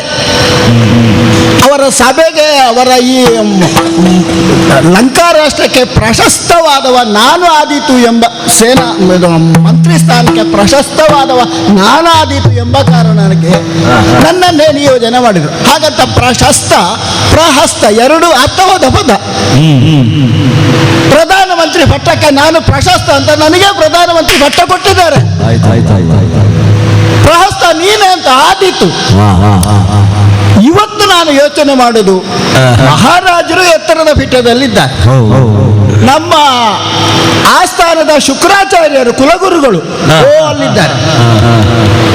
ವಿದ್ವಾಂಸರು, ಕವಿಗಳು, ಭಟ್ಟರು, ಗಾಯಕರು, ಬಾರಿಸುವವರು, ವಾದನಕಾರರು, ಅವ್ರು ಯಾರು ಅಲ್ಲಿರುವುದು? ಅದಕ್ಕೆ ಧ್ವನಿವರ್ಧಕ ಬಾರಿಸುವುದಕ್ಕೆಲ್ಲ ಬೇಕಲ್ಲ, ಅದಕ್ಕೂ ಅವರು ಇದ್ದಾರೆ. ಹಾಗಾಗಿ ವಿಶಾಲವಾದ ನಮ್ಮ ಸಭೆ. ನಮ್ಮ ಸಭೆ ಯಾವುದು? ಅಲ್ಲಿಗೆ ಬನ್ನಿ. ಸುಮ್ಮನೆ ಅಲ್ಲ, ವಿಶಾಲವಾದ. ಇಷ್ಟೆಲ್ಲ ರಕ್ಕಸರಿದ್ದಾರೆ, ಗುರುಗಳಿದ್ದಾರೆ, ವಿದ್ವಾಂಸರಿದ್ದಾರೆ. ಇವರ ಈ ವಿಶಾಲವಾದ ಅದೆಂತದ್ದು ಮರಿ ಹೇಳಿದೆ ಹಾಗೆ ಹತ್ರ ಒಳಗೆ ಬಂತಲ್ಲ ಒಂದು ಮಂಗ ಮಾರೇ. ಈ ಸಭೆಗೆ ಒಂದು ನೇರವಾಗಿ ಅಯ್ಯೋ ಅದ್ರ ಧೈರ್ಯವೇ ಅಲ್ಲಲ್ಲ ಬಾಲ ಉಂಟಲ್ಲ ಹೇಳಿದಾಗೆ ಹೇಳಿದಾಗ ಮಂಗ ಅಲ್ಲ ಕೂತಿತ್ತಲ್ಲ ಮಾರೇ. ಬಾಲ ಎಷ್ಟು ಉಂಟದ್ರದ್ದು? ಅಯ್ಯೋ ಎಷ್ಟು ಸುತ್ತು ಉಂಟು ಅದ್ರಲ್ಲಿ ಮಾರೇ. ಎಂತ ವಿಚಿತ್ರ ಮಾರ್ಯರು. ಎಲ್ಲಿಂದ ಹಾರಿ ಬಂತು, ಅದರಷ್ಟಕ್ಕೆ ಆಚೆ ಈಚೆ ನೋಡಿತು, ಏನೋ ಒಂದು ಮಾತನಾಡಿತು. ತನ್ನಲ್ಲಿ ಯಾರು ಇದು ಮಾತನಾಡುವ ಮಂಗ, ತನ್ನಲ್ಲಿ ಯಾರು ಮಾತನಾಡುವುದಿಲ್ಲ ಅಂತ ಅದೇ ಯೋಚನೆ ಮಾಡಿತು. ಇಷ್ಟು ಗಿಡ್ಡಕ್ಕಿದ್ದ ಬಾಲವನ್ನು ಉದ್ದವಾಗಿ ಅದೇ ಹೇಗೆ ಅದಕ್ಕೆ ಬಾಲವನ್ನು ಬೆಳೆಸಲಿಕ್ಕೆ ಸಾಧ್ಯ ಉಂಟು? ಒಳಗಿಂದ ಸ್ವಲ್ಪ ಹೆದರಿಕೆ ಆಗ್ತದಲ್ಲ ಸರ್. ನೀವು ಹತ್ರ ಇದ್ದೀರಲ್ಲ, ಅಲ್ಲ ಹೆದರಿಕೆ ಯಾಕೆ ಗೊತ್ತುಂಟ? ಇದಕ್ಕಿಂತ ಮೊದಲು ಒಮ್ಮೆ ಹಾಗೆ ಆಗಿದೆ. ಅಂಕೆ ಇಲ್ಲದ ಕಪಿ ಅಂಕೆಯನ್ನು ಸುತ್ತಿತು. ಅಯ್ಯೋ ದೇವರ, ಹೆದರಿಕೆ ಆಗ್ತದೆ ಸ್ವಾಮಿ. ಇವತ್ತು ಪುನಃ ಇದೊಂದು ಬಂದು ಅವತಾರ ಮಾಡ್ತದ ಅಂತ ಈಗ ಮತ್ತೊಮ್ಮೆ ಬೆಂಕಿ ಕೊಟ್ರೆ ಹಾಗಂತ ಹೆದರಿಕೆ ಒಳಗೆ ಉಂಟು. ಹೆದರಿಕೆಯನ್ನು ತೋರ್ಪಡಿಸ್ಲಿಕ್ಕೆ ಆಗ್ತದ ಎದುರಲ್ಲಿ? ನಾವು ರಕ್ಕಸ ಜಾತಿಯವರು ಮಂಗನಿಗೆ ಹೆದರಿ ಅದಾಗುದಿಲ್ಲ. ಹಾಗಂತ ಒಳಗೆ ಸಾಮಾನ್ಯ ಭಾಷೆಯಲ್ಲಿ ಹೇಳುವುದಿದ್ರೆ ಕೆಲವೂರಲ್ಲಿ ಆ ಭಾಷೆ ಉಂಟು. ಒಳಗಿಂದ ಪುಕ್ಕು ಪುಕ್ಕು ಪುಕ್ಕು. ನಮ್ಮ ರಕ್ಕಸ ಭಾಷೆದ್ದು ಬೇರೆ, ಕೆಲವು ಕಡೆಯಲ್ಲಿ ಹಾಗೆ ಪುಕ್ಕು ಪುಕ್ಕು, ಒಳಗಿಂದ ಪುಕ್ಕು ಪುಕ್ಕು ಉಂಟು. ಹಾಗಂತ ಮಾತನಾಡದೆ ಇರುವುದಕ್ಕೆ ಬಿಡುವುದಿಲ್ಲ. ಯಾಕೆ? ನಾವು ರಕ್ಕಸರು. ಮಂಗನಿಗೆ ಹೆದರಿ ರಕ್ಕಸ ಒಳಗೆ ಓಡಿದ ಅಂತ ಹೇಳಬಾರ್ದಲ್ಲ ಅದು. ಆದ್ರಿಂದ ಹೆದರಿಕೆ ಇದ್ರು ಹೆದರಿಕೆ ಜೊತೆಯಲ್ಲಿ ಎಲ್ಲ ಬೆವರಿ ಹೋಗ್ತಿ ಮಾರನೆ ಈ ಮಂಗನ ಒಂದು ಅವತಾರದಿಂದ. ಹಾಗಂತ ಇದರಲ್ಲಿ ಮಾತನಾಡದೆ ಇರ್ಲಿಕ್ಕೆ ಆಗ್ತದೆ? ಹೆದರಿಕೆ ಉಂಟು ಅಂತೇಳಿ ಮಾತನಾಡದೆ ನೇರ ಪಲಾಯನ ಮಾಡ್ಲಿಕ್ಕೆ ಆಗ್ತದೆ? ಅದಾಗೋದಿಲ್ಲ. ಯಾಕಂದ್ರೆ ನನಗೆ ಹೊಣೆಗಾರಿಕೆ ಉಂಟು. ಮಂತ್ರಿ ಪ್ರಶಸ್ತ ಅವರು 12 ಅಂತ ಹೇಳಬಾರ್ದಲ್ಲ. ಮಂಗನನ್ನು ನೋಡಿ 12 ಆದ್ರು ಅಂತ ಹೇಳಬಾರ್ದಲ್ಲ. ಏನು ಹೆದರಿಕೆ ಇದ್ರೂ ಕೂಡ ಆ ಮುಖವಾಡವನ್ನು ತೋರಿಸಬಾರದು. ನಗುವಿನ ಮುಖವಾಡವನ್ನು ತೋರಿಸುವುದು ಅವನ ಎದುರಿಗೆ ಮಾತ್ರ, ಒಳಗೆ ಬೇರೆ ಹೆದರಿಕೆ ಉಂಟು. ಮಾತನಾಡುವಾಗ ಏನು ಉತ್ತರ ಕೊಡ್ತದೆ ನೋಡೋಣ, ಏನು ಪರಿಣಾಮ ಆಗ್ತದೆ ನೋಡೋಣ. ನಾವು ಮಾತನಾಡದೆ ಪ್ರಶ್ನಿಸದೆ ಉತ್ತರ ಕೇಳದೆ ನಮಗೇನು ಗೊತ್ತಾಗ್ತದೆ? ಎಲ್ಲಿಂದ ಬಂದದ್ದು, ಏನು ವಿಳಾಸ, ಎಲ್ಲಿ ಊರು, ಯಾಕೆ ಬಂದದ್ದು, ಮಾತನಾಡ್ಲಿಕ್ಕೆ ಗೊತ್ತುಂಟ? ಅಲ್ಲ ಹಣ್ಣು ಕದಿಲಿಕ್ಕೆ ಬಂದದ್ದ, ಅಲ್ಲ ಇನ್ನೇನು ಅವತಾರ ಮಾಡ್ಲಿಕ್ಕೆ ಏನಾದ್ರೂ ವಿಚಾರ ತಿಳಿಬೇಕಾ ಬೇಡವಾ? ಆದ್ರಿಂದ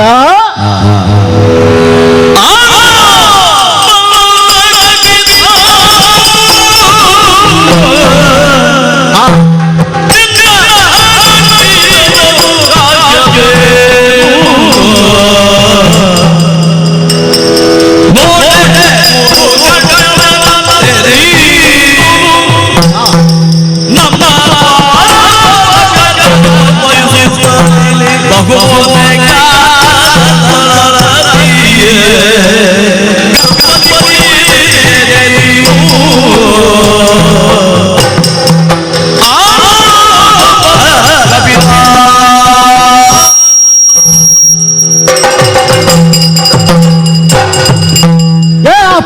ತಾನೆ.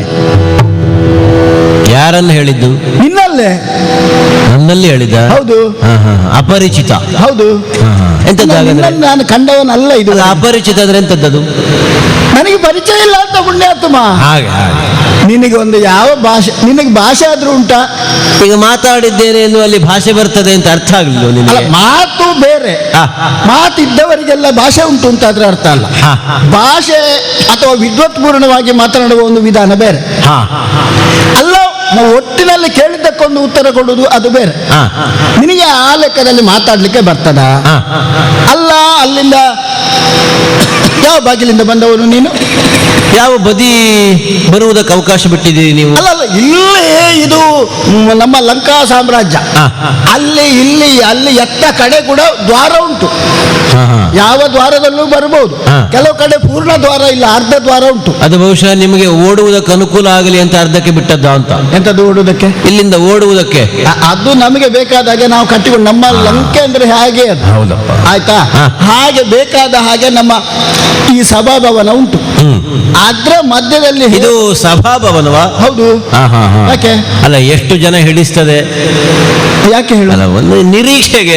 ಈಗ ನನ್ನನ್ನು ಒಂದು ಪರಿಚಿತನಲ್ಲದವ ಅಂತ ಹೇಳಿದ ಮೇಲೆ ಈಗ ನಾನು ಇಲ್ಲಿಯೇ ಒಂದು ವಿವರವನ್ನು ಸಂಪಾದಿಸಬೇಡವಾ? ಹೌದು. ನಮ್ಮನೆ ಕುತೂಹಲಕ್ಕೆ ಕೇಳುವುದು. ಕುತೂಹಲ. ಇದಕ್ಕಿಂತ ದೊಡ್ಡದುಂಟೋ?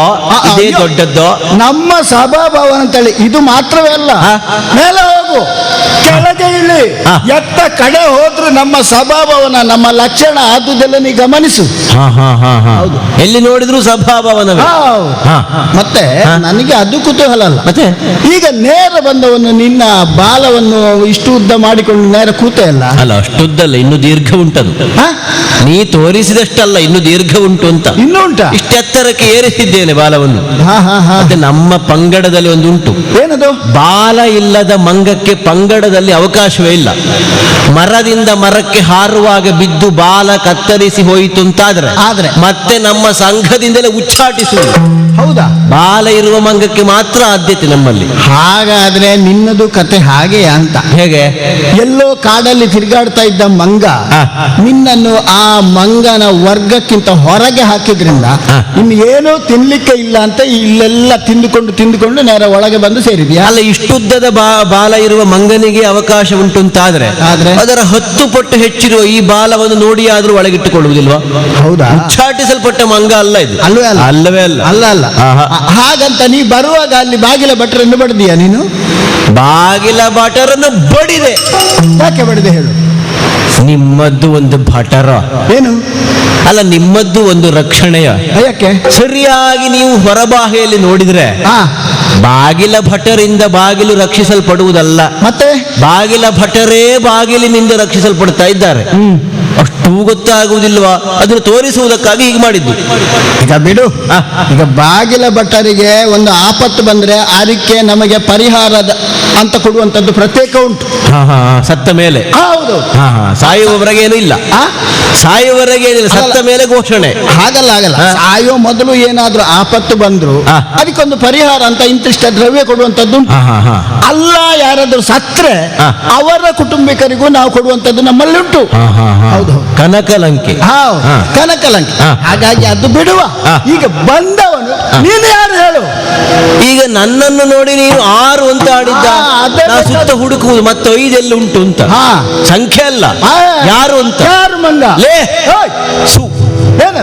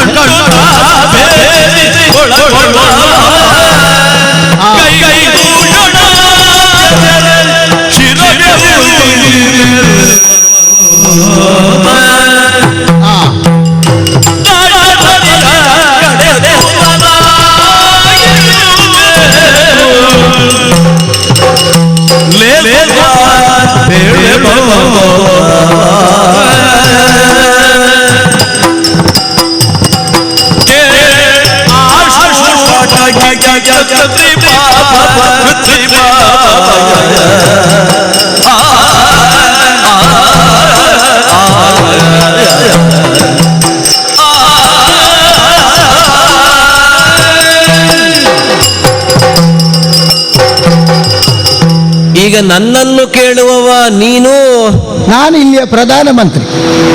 ಪ್ರಧಾನಮಂತ್ರಿಯ? ಹೌದಾ?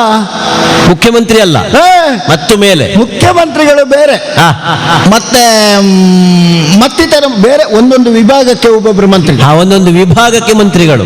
ಪ್ರಧಾನಮಂತ್ರಿ ಆದದ್ರಿಂದಲೇ ಈ ಪ್ರಧಾನ ಪೀಠದಲ್ಲಿದ್ದೇನೆ ನಾನು.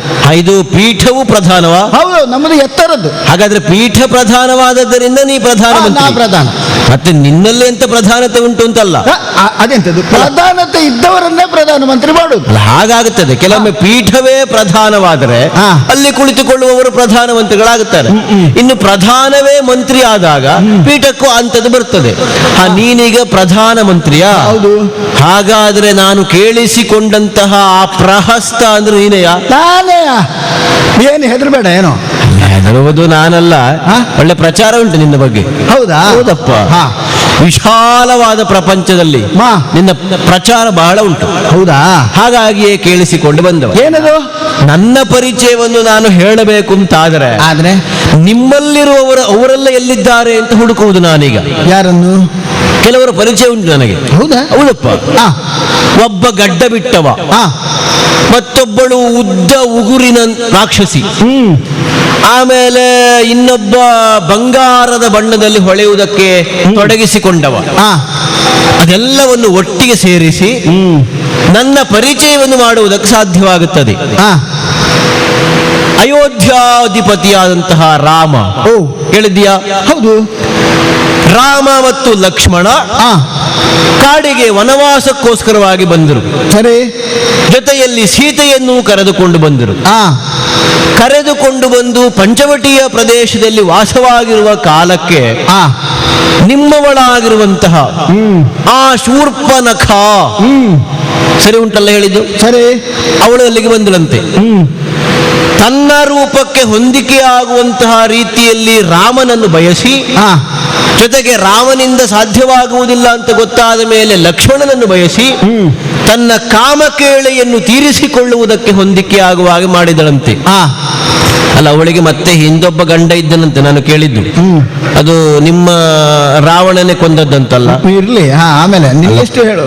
ತಂಗಿಯ ಗಂಡನನ್ನು ಕೊಲ್ಲುವಂತಹ ಒಬ್ಬ ಇದ್ದಾನೆ ಅಂತಂದ್ರೆ ಆದ್ರೆ ಪಾಪ ಅವಳು ಇನ್ನೇನು ಮಾಡಿ ಆಳು.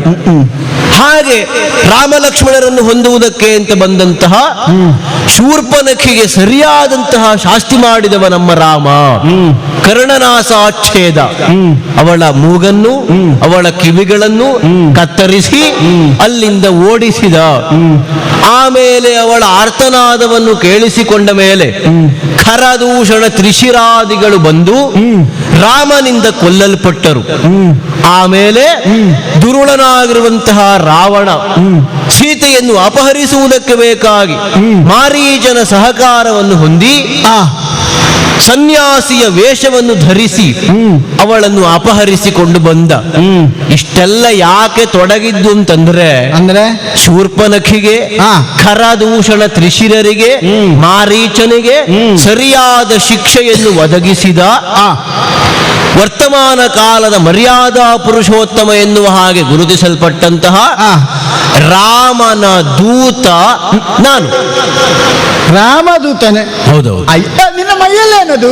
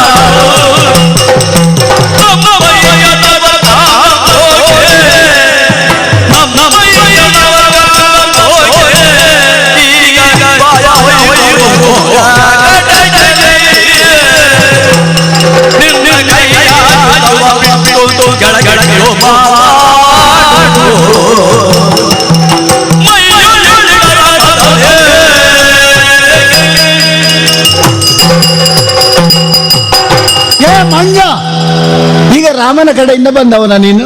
ರಾಮ ದೂತನ. ರಾಮದು ನಿನ್ನ ಹೆಗಲಲ್ಲಿ ಏನದು? ಎಂತದ್ದು? ಆಚೆ ಹೆಗಲಲ್ಲಿ ಏನು? ಎಂತ ನಿನಗೆ ಏನು ಕಾಣ್ತಾ ಉಂಟು?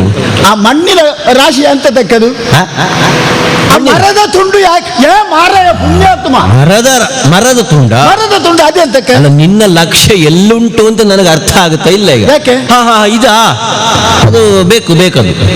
ಇಲ್ಲಿ ಯಾಕೆ ಮರದ ತುಂಡು? ಅದು ಉಂಟು, ಬೇಕದು. ಆ ತೊಡೆಯಲ್ಲಿ ಯಾಕೆ? ಎಲ್ಲ ಕಡೆಯಲ್ಲೂ ಬೇಕು. ಅದು ಸೊಪ್ಪಿನ ಕಟ್ಟು ಯಾಕೆ?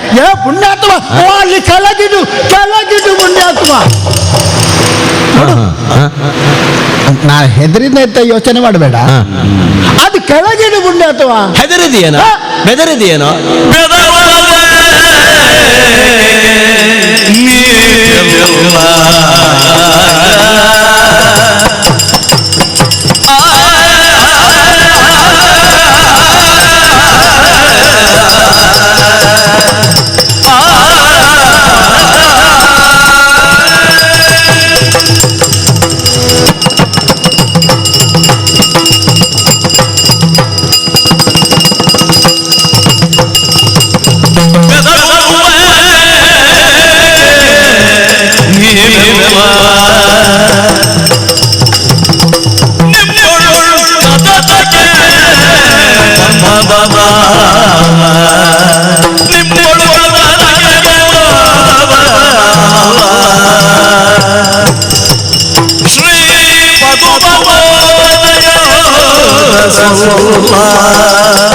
ಏನು?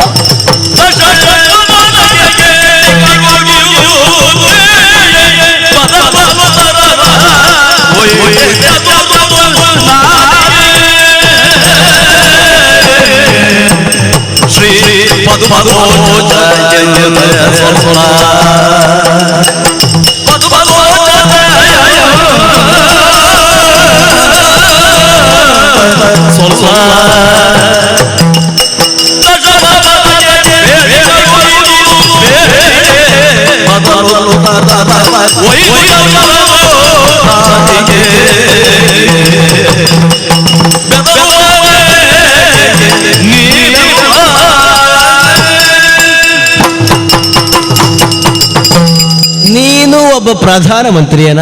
ಯಾಕೆ ಏನಾಯ್ತು? ಅಲ್ಲ, ನೀನು ಮಾತ್ರ ಹೀಗೋ ಎಲ್ಲಾ ಪ್ರಧಾನಮಂತ್ರಿಗಳು ಹೀಗೆ? ಅಲ್ಲ, ನಾನು ಹೆದರಿದೆ ಅಂತ ತಿಳ್ಕೊಳ್ಬೇಡ. ನಾನು ಯಾರು ಹೆದರ್ಬೇಡಿ. ಏನೋ ಮಂಗ ಬಂದು ಅಂತ ಹೆದರ್ಬೇಡಿ. ನಿಜವಾಗಿ ಹೆದರಿದವರೇ ಹೀಗೆ ಮಾಡುವುದು. ಇಲ್ಲ ಇಲ್ಲ ಇಲ್ಲ ಇಲ್ಲ ಇಲ್ಲ.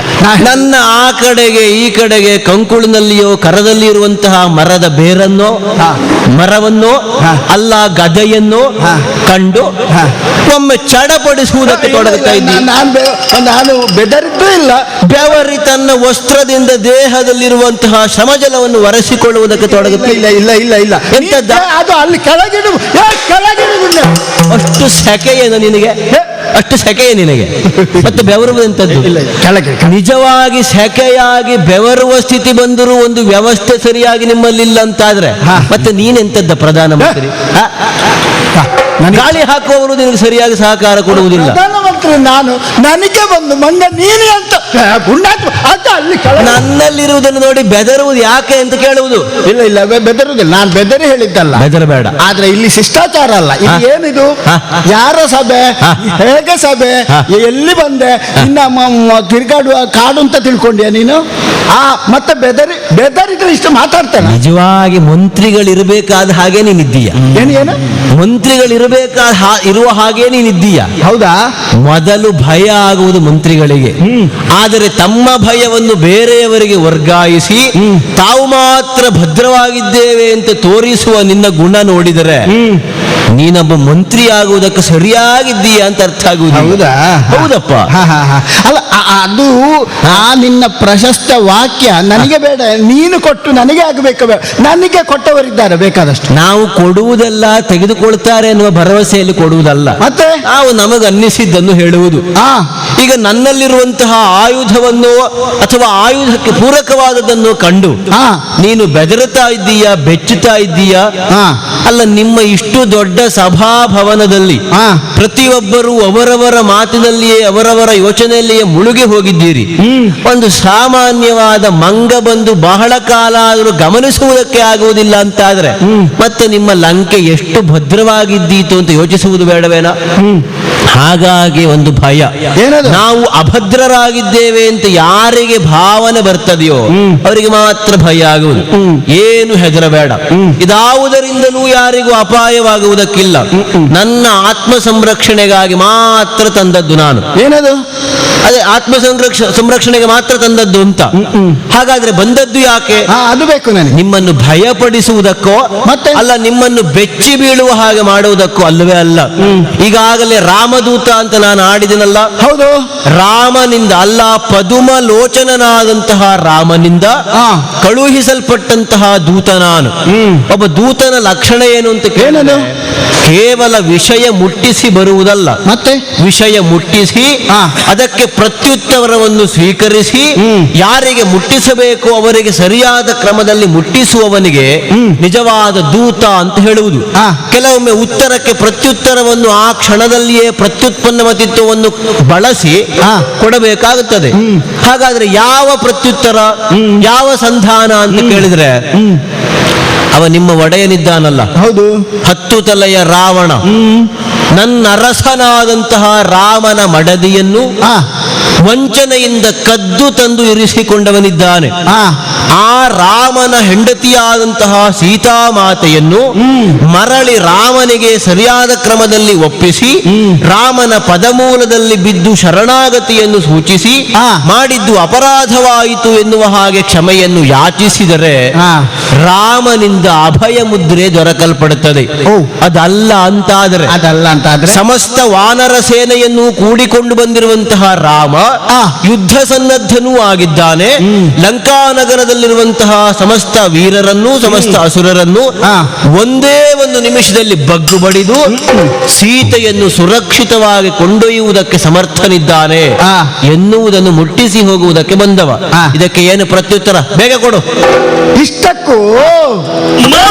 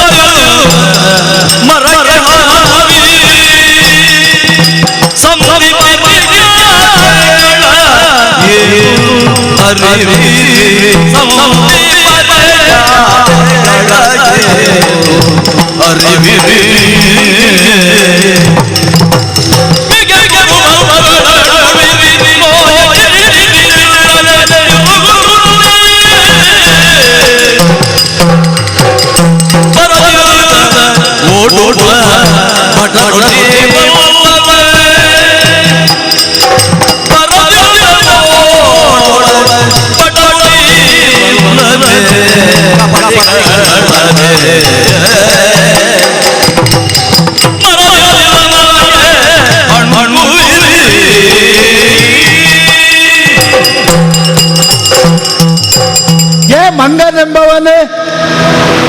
ಮಂಗ ಎಂಬವನೇ ಹೌದು.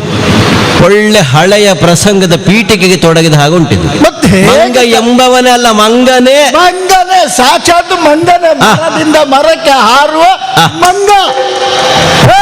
ಮಂಗ ಅಂತ ಹೇಳಿದ ಮೇಲೆ ಮತ್ತೆ ಮರದಿಂದ ಮರಕ್ಕೆ ಹಾರುವ ಯಾಕೆ? ಮನೆಯಿಂದ ಮನೆಗೆ ಹಾರುವ ಮಂಗ ಅಂತ ಉಂಟು. ಅದು ಮಾತನಾಡುವಾಗ ಯಾವುದಕ್ಕೂ ಸಾಹಿತ್ಯದಲ್ಲಿ ವಾಕ್ಯದಲ್ಲಿ ಅಲಂಕಾರ ಬೇಕು. ನಿನಗೆ ನಾನು ಕಡಿಮೆ ಮಾಡಬಾರ್ದು. ನೀನೊಬ್ಬ ಇಲ್ಲಿ ಒಂದು ಬಂದವ ಹೊಸಬ, ಹೌದಾ? ಬಂದದ್ದು ಯಾವುದಕ್ಕೆ? ರಾಮನಿಂದ ಕಳುಹಿಸಲ್ಪಟ್ಟ ದೂತ ನಾನು, ಬಂದದ್ದು ದೌತ್ಯಕ್ಕೆ. ನಾನು ಮತ್ತೆ ಮತ್ತೆ ಕೇಳಿದ್ದು ಯಾಕೆ ಗೊತ್ತುಂಟು? ಯಾಕೆ? ಆ ರಾಮನಿಗೆ ನಿನ್ನನ್ನು ಕಳಿಸಬೇಕಂತ, ಬೇರೆ ಯಾರು? ಆರಾಮ ಅಲ್ಲ, ರಾಮ ಅಷ್ಟೇ. ಆರಾಮ ಅಂದ್ರೆ ಬೇರೆಯದ್ದೇ ಅರ್ಥ ಉಂಟು. ಅದೆಂತದ್ದು? ಆರಾಮ ಅಂದ್ರೆ ವಿಶ್ರಾಂತಿ ಅಂತ. ಅಲ್ಲೋ, ಮತ್ತೆಂತದ್ದು? ರಾಮ.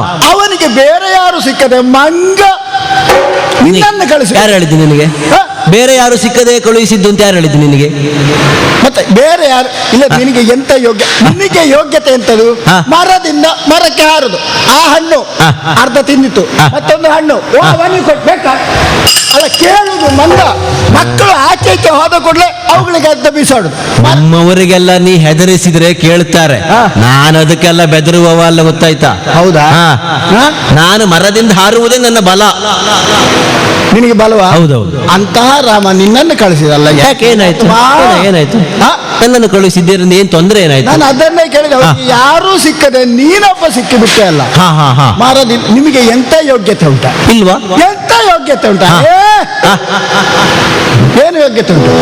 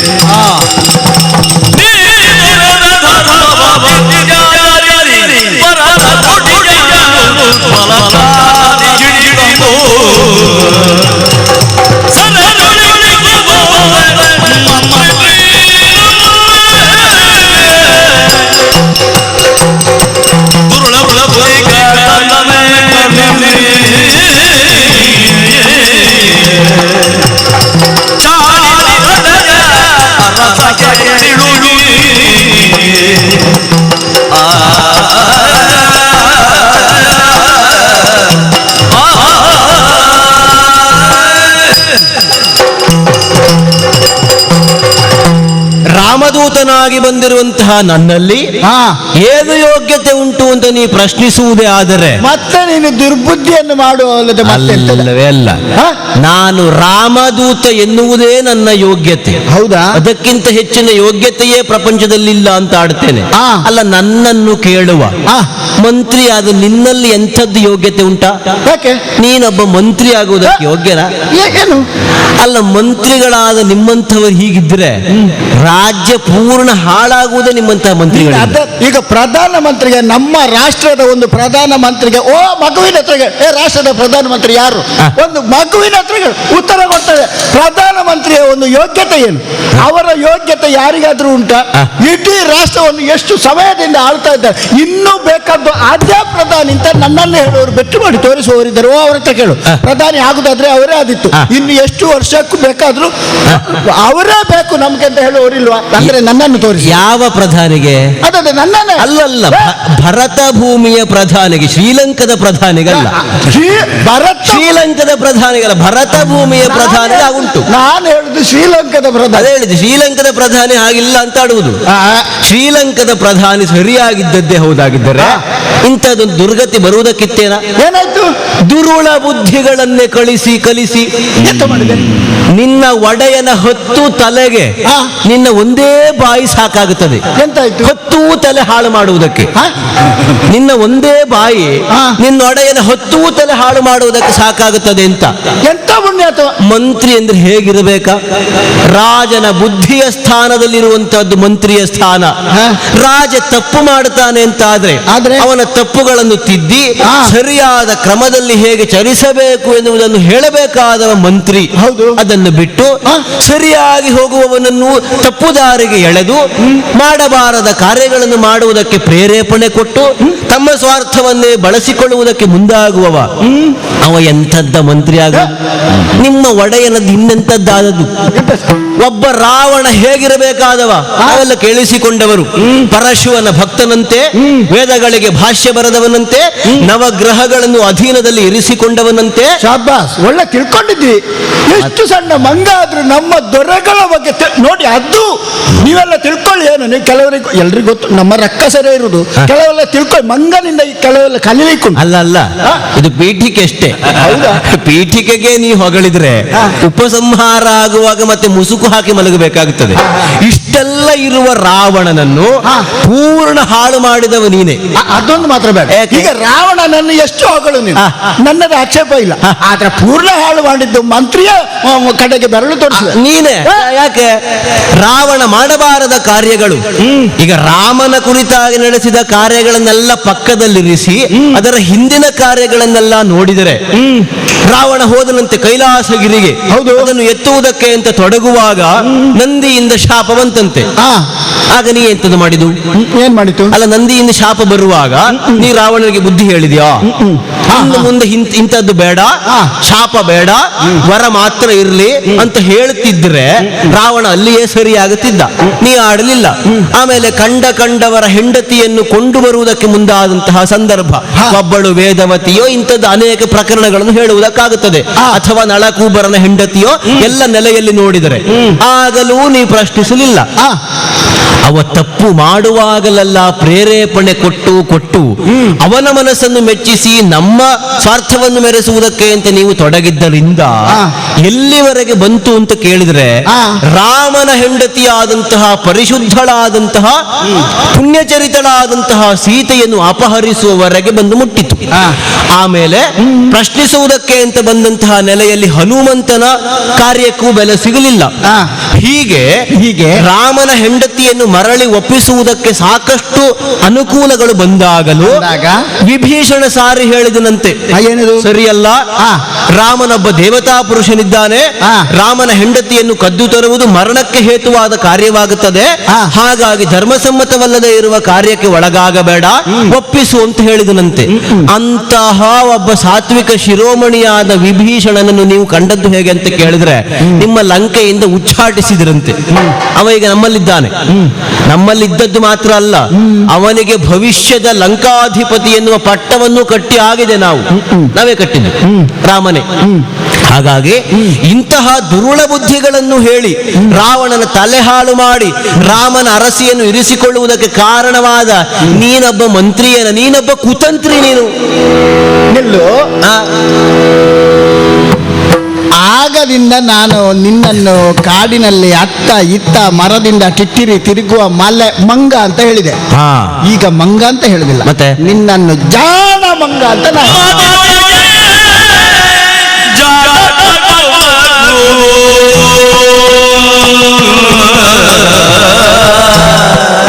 ನೀನು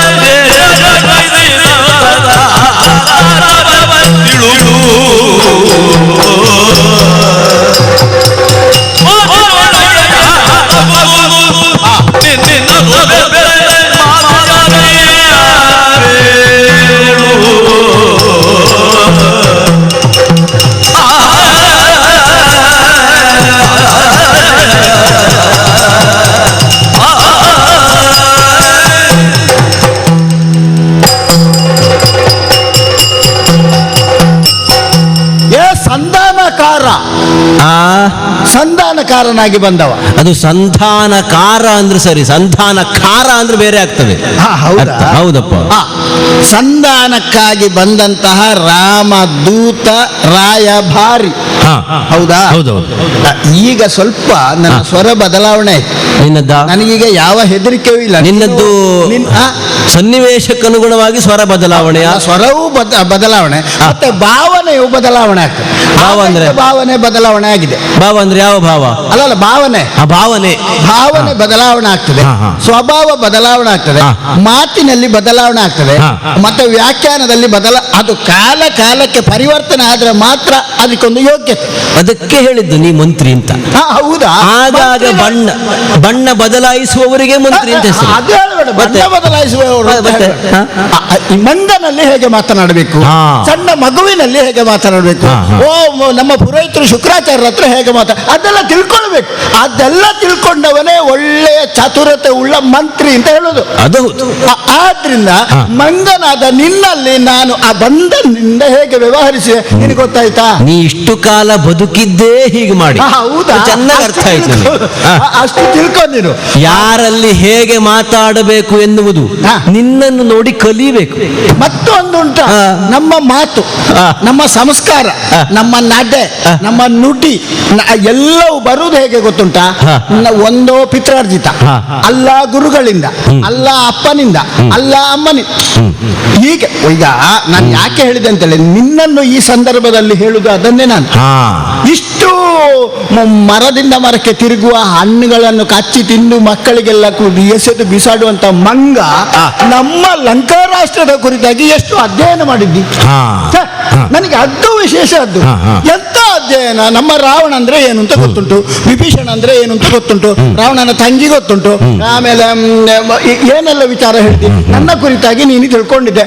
ನನಗೆ ಅದಕ್ಕೆ ನಾ ಹೇಳುದು, ನೀನು ಜಾಣ ಜಾಣ ಜಾಣ. ಈಗ ಜಾಣ ಅಂತ ಹೇಳುವುದಾ?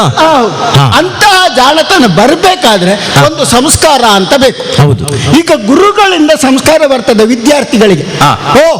ವಿದ್ಯಾರ್ಥಿಗಳು ಮಾತನಾಡಿದನೋ ಅಥವಾ ಅವನ ಚಲನ ವಲನ ಆಗಲಿ ಸಂಸ್ಕಾರ ಆಗಲಿ ನಿನ್ಗೆ ಕಲಿಸಿದ ಗುರುಗಳು ಯಾರಪ್ಪ ಅಂದ್ರೆ ಹೆಸರು ಗುರುಗಳಿಗೆ. ಹೌದೌದು, ಸುಮ್ಮನೆ ಅಲ್ಲ. ಹೌದಪ್ಪ. ಒಳ್ಳೆಯದ್ದು ಮಾಡಿದ್ರು ಕೆಟ್ಟದ್ದು ಮಾಡಿದ್ರು ಗುರುಗಳಿಗೆ ಹೆಸರು ಹೋಗುತ್ತದೆ.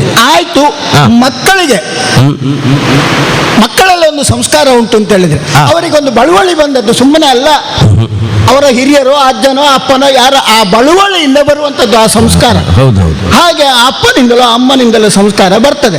ಹಾಗೆ ಇಷ್ಟು ಜಾಣರಾದಂತಹ ನಿನಗೆ ಆ ಸಂಸ್ಕಾರ ಕೊಟ್ಟವರು ಯಾರು? ನಿನ್ನ ಅಪ್ಪ ಯಾರು? ನಿನ್ನ ಅಮ್ಮ ಯಾರು? ನಿನ್ನ ವಿಳಾಸ ಎಲ್ಲಿ? ನಿನ್ನ ಪಾತ್ರದ ಪಟ್ಟಿಯಲ್ಲಿ? ಪೂರ್ಣವಾಗಿ ನಾನು ಆಗ ಕೇಳಬೇಕಾಗಿತ್ತು. ಆದ್ರೆ ಈಗ ನಿನ್ನ ಜಾತಿ, ಪಾತ್ರ, ಪ್ರವರ, ಪಟ್ಟಿ ಎಲ್ಲವನ್ನು ಒಪ್ಪಿಸ್ತೀಯ? ನನ್ನ ತಾತ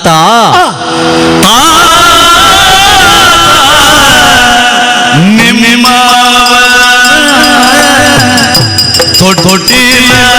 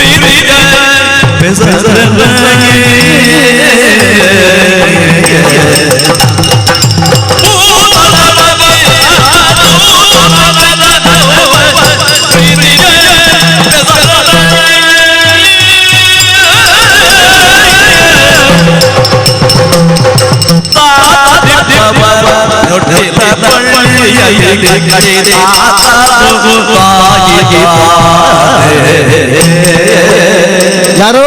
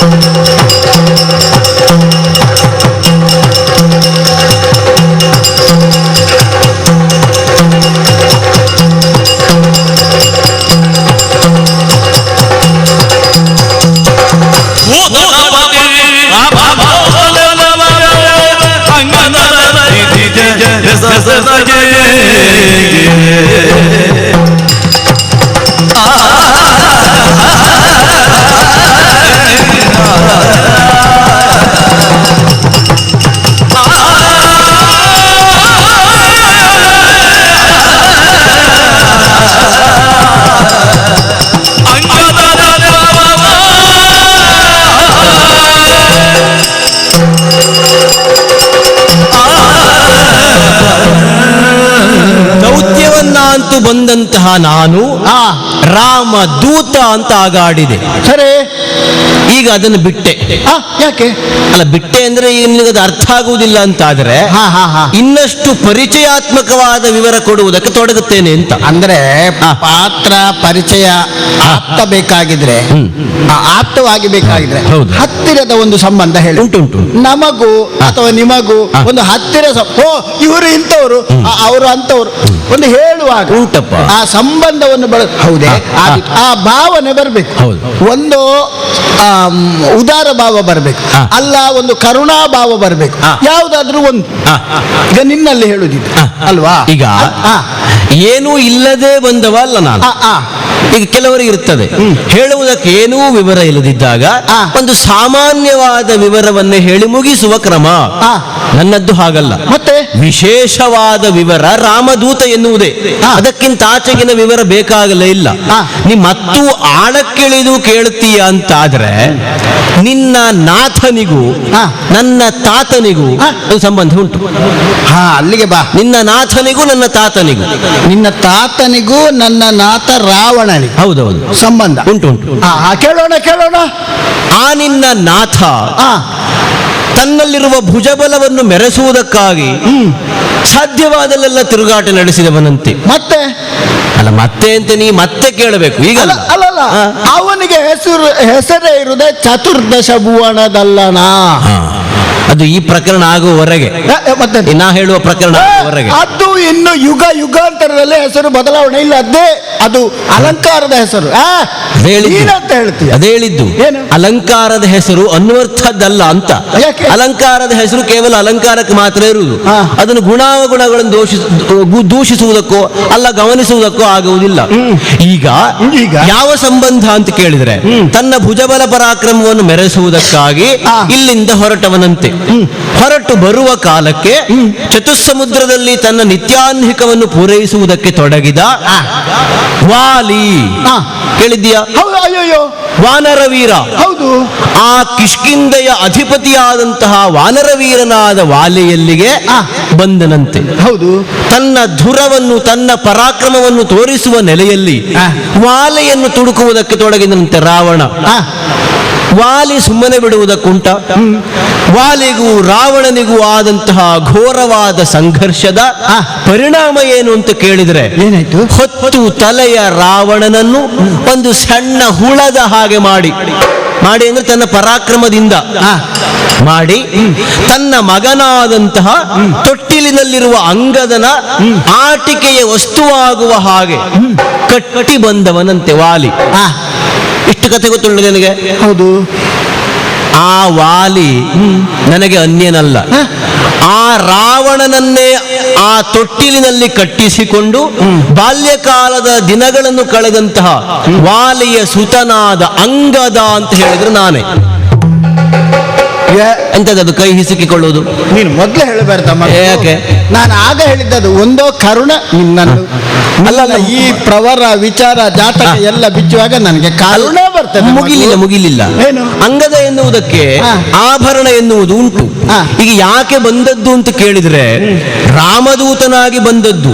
ಒಬ್ಬ ಸಾಮಾನ್ಯ ಅಂತ ನೀನು ಆಗ ತುಚ್ಛೀಕಾರದಿಂದ ನೋಡುವುದಕ್ಕೆ ತೊಡಗುತ್ತೀಯ ಅಂತಾದರೆ, ಅಂತಹ ರಾವಣನನ್ನೇ ತನ್ನ ಕೈಯಲ್ಲಿರುವಂತಹ ಹುಳದೋಪಾದಿಯಲ್ಲಿ ಮಾಡಿ ತೊಟ್ಟಿಲಿಗೆ ಕಟ್ಟಿಸಿಕೊಂಡ ವಾಲಿಯ ಮಗ. ವಾಲಿಯ ಕಥೆ ಏನಾಯಿತು ಅಂತ ನಿನಗೆ ಗೊತ್ತಿದೆಯಲ್ಲ? ಹೌದು.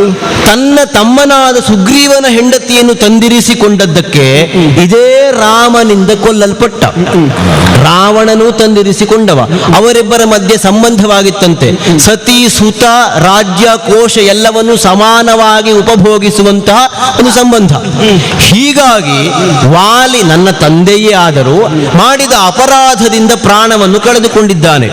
ಈಗ ವಾಲಿಗೆ ಅಂತಹದ್ದೊಂದು ಸ್ಥಿತಿ ಬಂದಿತು ಅಂತಾದರೆ, ರಾವಣನು ಹೆಂಡತಿಯನ್ನು ತಂದಿರಿಸಿಕೊಂಡಿದ್ದಾನೆ ರಾಮನದ್ದು, ಮರಳಿ ಕೊಡಲಿಲ್ಲ ಅಂತಾದರೆ ವಾಲಿ ಸೇರಿದ ದುರ್ಗತಿಗೆ ರಾವಣ ಸೇರುತ್ತಾನೆ ಅಂತ ಹೇಳುವುದಕ್ಕಾಗಿ ವಾಲಿಯ ಮಗನಾದ ಅಂಗದನನ್ನೇ ಸುಗ್ರೀವ ಕಳುಹಿಸಿಕೊಟ್ಟಿದ್ದಾನೆ. ಆ ದುರ್ಗತಿಯೋ ಸದ್ಗತಿಯೋ ಅದು ವಿಚಾರ ಬದಿಗೆ ಇರ್ಲಿ. ಈಗ ನಿನ್ನನ್ನು ಕಂಡು ನನಗೆ ಒಂದು ಕರುಣ ಬರ್ತದೆ ಮಗು.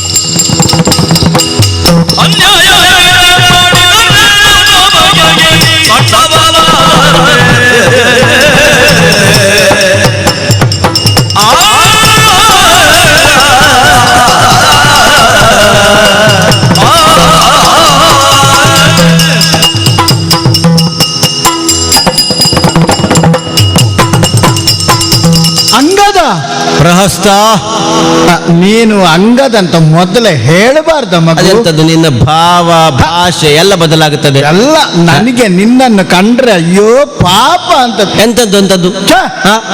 ನಮ್ಮ ವಾಲಿ ನೀ ಮಾಡುವುದು ನೋಡಿದ್ರೆ ಯಾವುದಕ್ಕೂ ಗತಿ ಇಲ್ಲದಿದ್ದವ ಅನ್ನುವ ಹಾಗೆ ಆಗ್ತದೆ ಉಂಟು. ಯಾವುದು? ಅಲ್ಲ, ನೀ ಮಾಡುವುದು ನೋಡಿದ್ರೆ ಯಾವುದಕ್ಕೂ ಗತಿ ಇಲ್ಲದ ಮಂಗ ಅನ್ನುವ ಹಾಗುಂಟು ನಿನ್ನ ಹಾಗಲ್ಲ ಅಭಿನಯ. ಅಂದ್ರೆ ಗತಿ ಇಲ್ಲದಾದ್ರೆ ಹೀಗೆ ನಿನ್ನ ಸ್ಥಿತಿಯಾಗಿ ಹೋಯ್ತೆ ಅಂತ. ಏನಾಯ್ತು? ಯಾಕಂದ್ರೆ ಅಪ್ಪ ಇಲ್ಲದ ಮಗನೇ. ಅಪ್ಪ ಇಲ್ಲದ ಮಗ? ಹೌದು. ಯಾರು ಹೇಳಿದ್ದು ನಿನಗೆ? ಅಲ್ಲ, ವಾಲಿ ಅಪ್ಪ ಇಲ್ಲದಿದ್ರು ಚಿಕ್ಕಪ್ಪ ಇಲ್ವಾ? ಚಿಕ್ಕಪ್ಪನು ಅಪ್ಪ ಅಲ್ವಾ? ಚಿಕ್ಕಪ್ಪ ಅದು ಹೇಳಿದ್ದು ಒಳ್ಳೇದಾಯ್ತು. ಇಷ್ಟು ಮಾಡಿದ್ದು ನಿನ್ನ ಚಿಕ್ಕಪ್ಪ. ಸುಗ್ರೀವ ಚಿಕ್ಕಪ್ಪ ಅಲ್ವಾ? ಹೌದು. ಆ ಸುಗ್ರೀವ ರಾಮನ ಜೊತೆ ಸಖ್ಯವನ್ನು ಬೆಳೆಸಿಕೊಂಡು ಹೇಗೋ ಏನೋ ಅದು ಇದು. ರಾಮ ನೀನು ಮತ್ತೆ ನಾನು ಒಂದೇ, ಹೆಂಡತಿಯನ್ನು ಕಳ್ಕೊಂಡವರು, ನನ್ನ ಅಣ್ಣ ಹಾಗೆ, ಅವ ಹೀಗೆ, ಅವ ಹೋದಲ್ಲಿ ಹೋದ, ಇವ ಬಂದ, ಹಾಗೆ ಹೀಗೆ ಅಂತ ಒಂದಕ್ಕೆ ಎರಡು ಸೇರಿಸಿಕೊಂಡು ಹೇಗಾದ್ರೂ ನಿನ್ನ ಬಟ್ಟಲಿನಲ್ಲಿರುವಂತಹ ಹೊಲಸನ್ನು ನೋಡು ಅಂತ ಹೇಳಿದ್ರೆ ಸಮಾನವಾಗಿರುವವರು ಇಬ್ಬರು ನೋಡು ಹುಳಿ ಹಿಂಡುವುದಕ್ಕೆ ಮುಂದಾಗುವುದಾ? ಅಲ್ಲ, ನೀನೊಬ್ಬ ಮಂತ್ರಿ. ಹೌದಪ್ಪ, ನೀನು ಮಂತ್ರಿ ಮಾಡುವ ಕೆಲಸವನ್ನೇ ಮತ್ತೆ ಮತ್ತೆ ಮಾಡುವುದು ನೀನು. ಅಲ್ಲ, ಇಲ್ಲಿ ಕೇಳು, ಎಂತದ್ದು? ಒಂದು ಕರುಣೆಯ ಮಾತನ್ನು ಕೇಳು. ಅಂತಹ ವಾಲಿಯ ಕುಮಾರನಾದ ನಿನಗೆ ವಾಲಿ ಈಗ ಇಲ್ಲ ಅನ್ನುವಂಥದ್ದೇ ನನಗೆ ಒಂದು ಖೇದ ಮಗು. ಮಗು, ನೀನು ನಿರ್ಗತಿಕನ. ಈಗ ನಿನಗೆ ಮದುವೆ ಆಗಿದೆ ಹೇಳು? ಅಲ್ಲ, ಮದುವೆ ಆಗಲಿಲ್ಲ ಅಂದ್ರೆ ಮಾಡಿಸ್ತೀಯಾ? ಹೌದು. ನಮ್ಮಲ್ಲಿ ಮಂತ್ರಿ ಈಗ ನನ್ನ ಒಂದು ಹುಡುಗಿ ನನ್ನ ಇಬ್ಬರು ಹೆಣ್ಣು ಮಕ್ಕಳಿಗೆ ಮದುವೆ ಆಗಿದೆ. ನಿನಗೆ ಮದುವೆ ಯಾವ ರಾಕ್ಷಸ ಸಂತಾನ ಯಾರಿಗೆ ಬೇಕಾ? ನಮ್ಮ ವಾನರರಲ್ಲಿ ಹೆಣ್ಣಿಲ್ಲ ಅಂತ ಮಾಡುದ ನೀನು? ಈಗ ನಾನೊಂದು ಗತಿ ಇಲ್ಲದೆ ಬಂದದ್ದ ನಾನು? ಹಾಗಲ್ಲ, ಮತ್ತೆ ನಾನು ಪ್ರಧಾನಮಂತ್ರಿ, ನನ್ನ ಒಂದು ಹೆಣ್ಣನ್ನು ಕೊಡ್ಬೋದಿತ್ತು. ಆದ್ರೆ ಪಾಪ ನೀ ಬರುವಾಗ ತಡಾಗಿ ಹೋಯ್ತು. ಪ್ರಧಾನ ಮಕ್ಕಳು ಮಂತ್ರಿಗಳು ಯಾವ ಮಂತ್ರ ಕೊಡ್ತಾರೆ? ನಮ್ಮ ಕುಂಭಕರ್ಣನ ಮಗಳು ಕುಂಭಕರ್ಣನ ಮಗಳು ಒಬ್ಳಿದ್ದಾಳೆ. ಅವಳನ್ನು ಕೊಟ್ಟು ನಿನಗೆ ಮದುವೆ ಮಾಡಿ, ಓ ಇಲ್ಲ ನಮ್ಮದು ಒಂದು ಇದು ಶ್ರೀಲಂಕೆ ಕಲ್ಯಾಣ ಮಂಟಪ ಮೇಲಿದ್ದು ಕಲ್ಯಾಣ ಮಂಟಪ ಇದು ಗೊತ್ತುಂಟ ನಿನಗೆ? ಬಹುಶಃ ಇಲ್ಲಿ ಎಷ್ಟು ಕಾರ್ಯಕ್ರಮ ಆಗುತ್ತದೆ. ಕಲ್ಯಾಣ ಮಂಟಪದಲ್ಲಿ ಕಲ್ಯಾಣ ಆಗದೆ ಯಾವ ಕಾಲ ಆಯ್ತು ಏನು? ಬರೀ ಮಂಟಪ ಮಾತ್ರ ಉಂಟಾ ಅಂತ. ಆಗ್ಲಿ ಆ ಕುಂಭಕರ್ಣನ ಮಗಳಿಗೂ ಅಂಗದನಿಗೂ ಮದುವೆ ಮಾಡಿ ನೀನು ಇಲ್ಲ ಈಗ ಎಷ್ಟು ನಿನಗೊಂದು ಬೇರೆ ಬಿಡಾರ ಮಾಡುವ. ನೀನು ಧರ್ಮದಲ್ಲಿ ಯಾರು ಸಿಕ್ಕಿದ್ರು ಮದುವೆ ಮಾಡಿಸುವವನೇ ನೀನು ಅಂಥದ್ದೇ ಸ್ವಭಾವದವ ನೀನು. ಯಾಕೆ? ಅಲ್ಲ, ಮಂತ್ರಿಗಳು ಯಾವತ್ತಾದ್ರೂ ಕೊಟ್ಟದ್ದುಂಟೇನಾ? ಎಲ್ಲ ಬಾಚುವುದು ಬಿಟ್ಟು ಕೊಟ್ಟದ್ದೆಂತದ್ದು? ಹಾಗೆ ಅದು ಅದು ಅಪವಾದ. ಅಲ್ಲ, ನಮ್ಮ ಗುಣ ನೋಡು. ನಾವು ಎಷ್ಟು ಬೇಕು ಎಂತ ಬೇಕು ಎಲ್ಲ ನಿನಗೆ ಹುಡುಗಿ ಕೊಟ್ಟು ಮದುವೆ ಮಾಡಿಸಿ ಬೇರೆ ಬಿಡಾರ ಮಾಡಿ ನೀನು ಇಲ್ಲೇ ಇರು, ನೀನು ಆ ಕಡೆ ಹೋಗುದೇ ಬೇಡ. ನೀನು ನಿನ್ನ ಒಡೆಯನಾದಿಯಾಗಿ ಎಲ್ಲರಿಗೂ ಹುಡುಗಿಯ ಮೇಲೆ ಕಣ್ಣ. ನಿನ್ನ ಒಡೆಯ ಮಾಡಿದಂತದ್ದ ಏನು?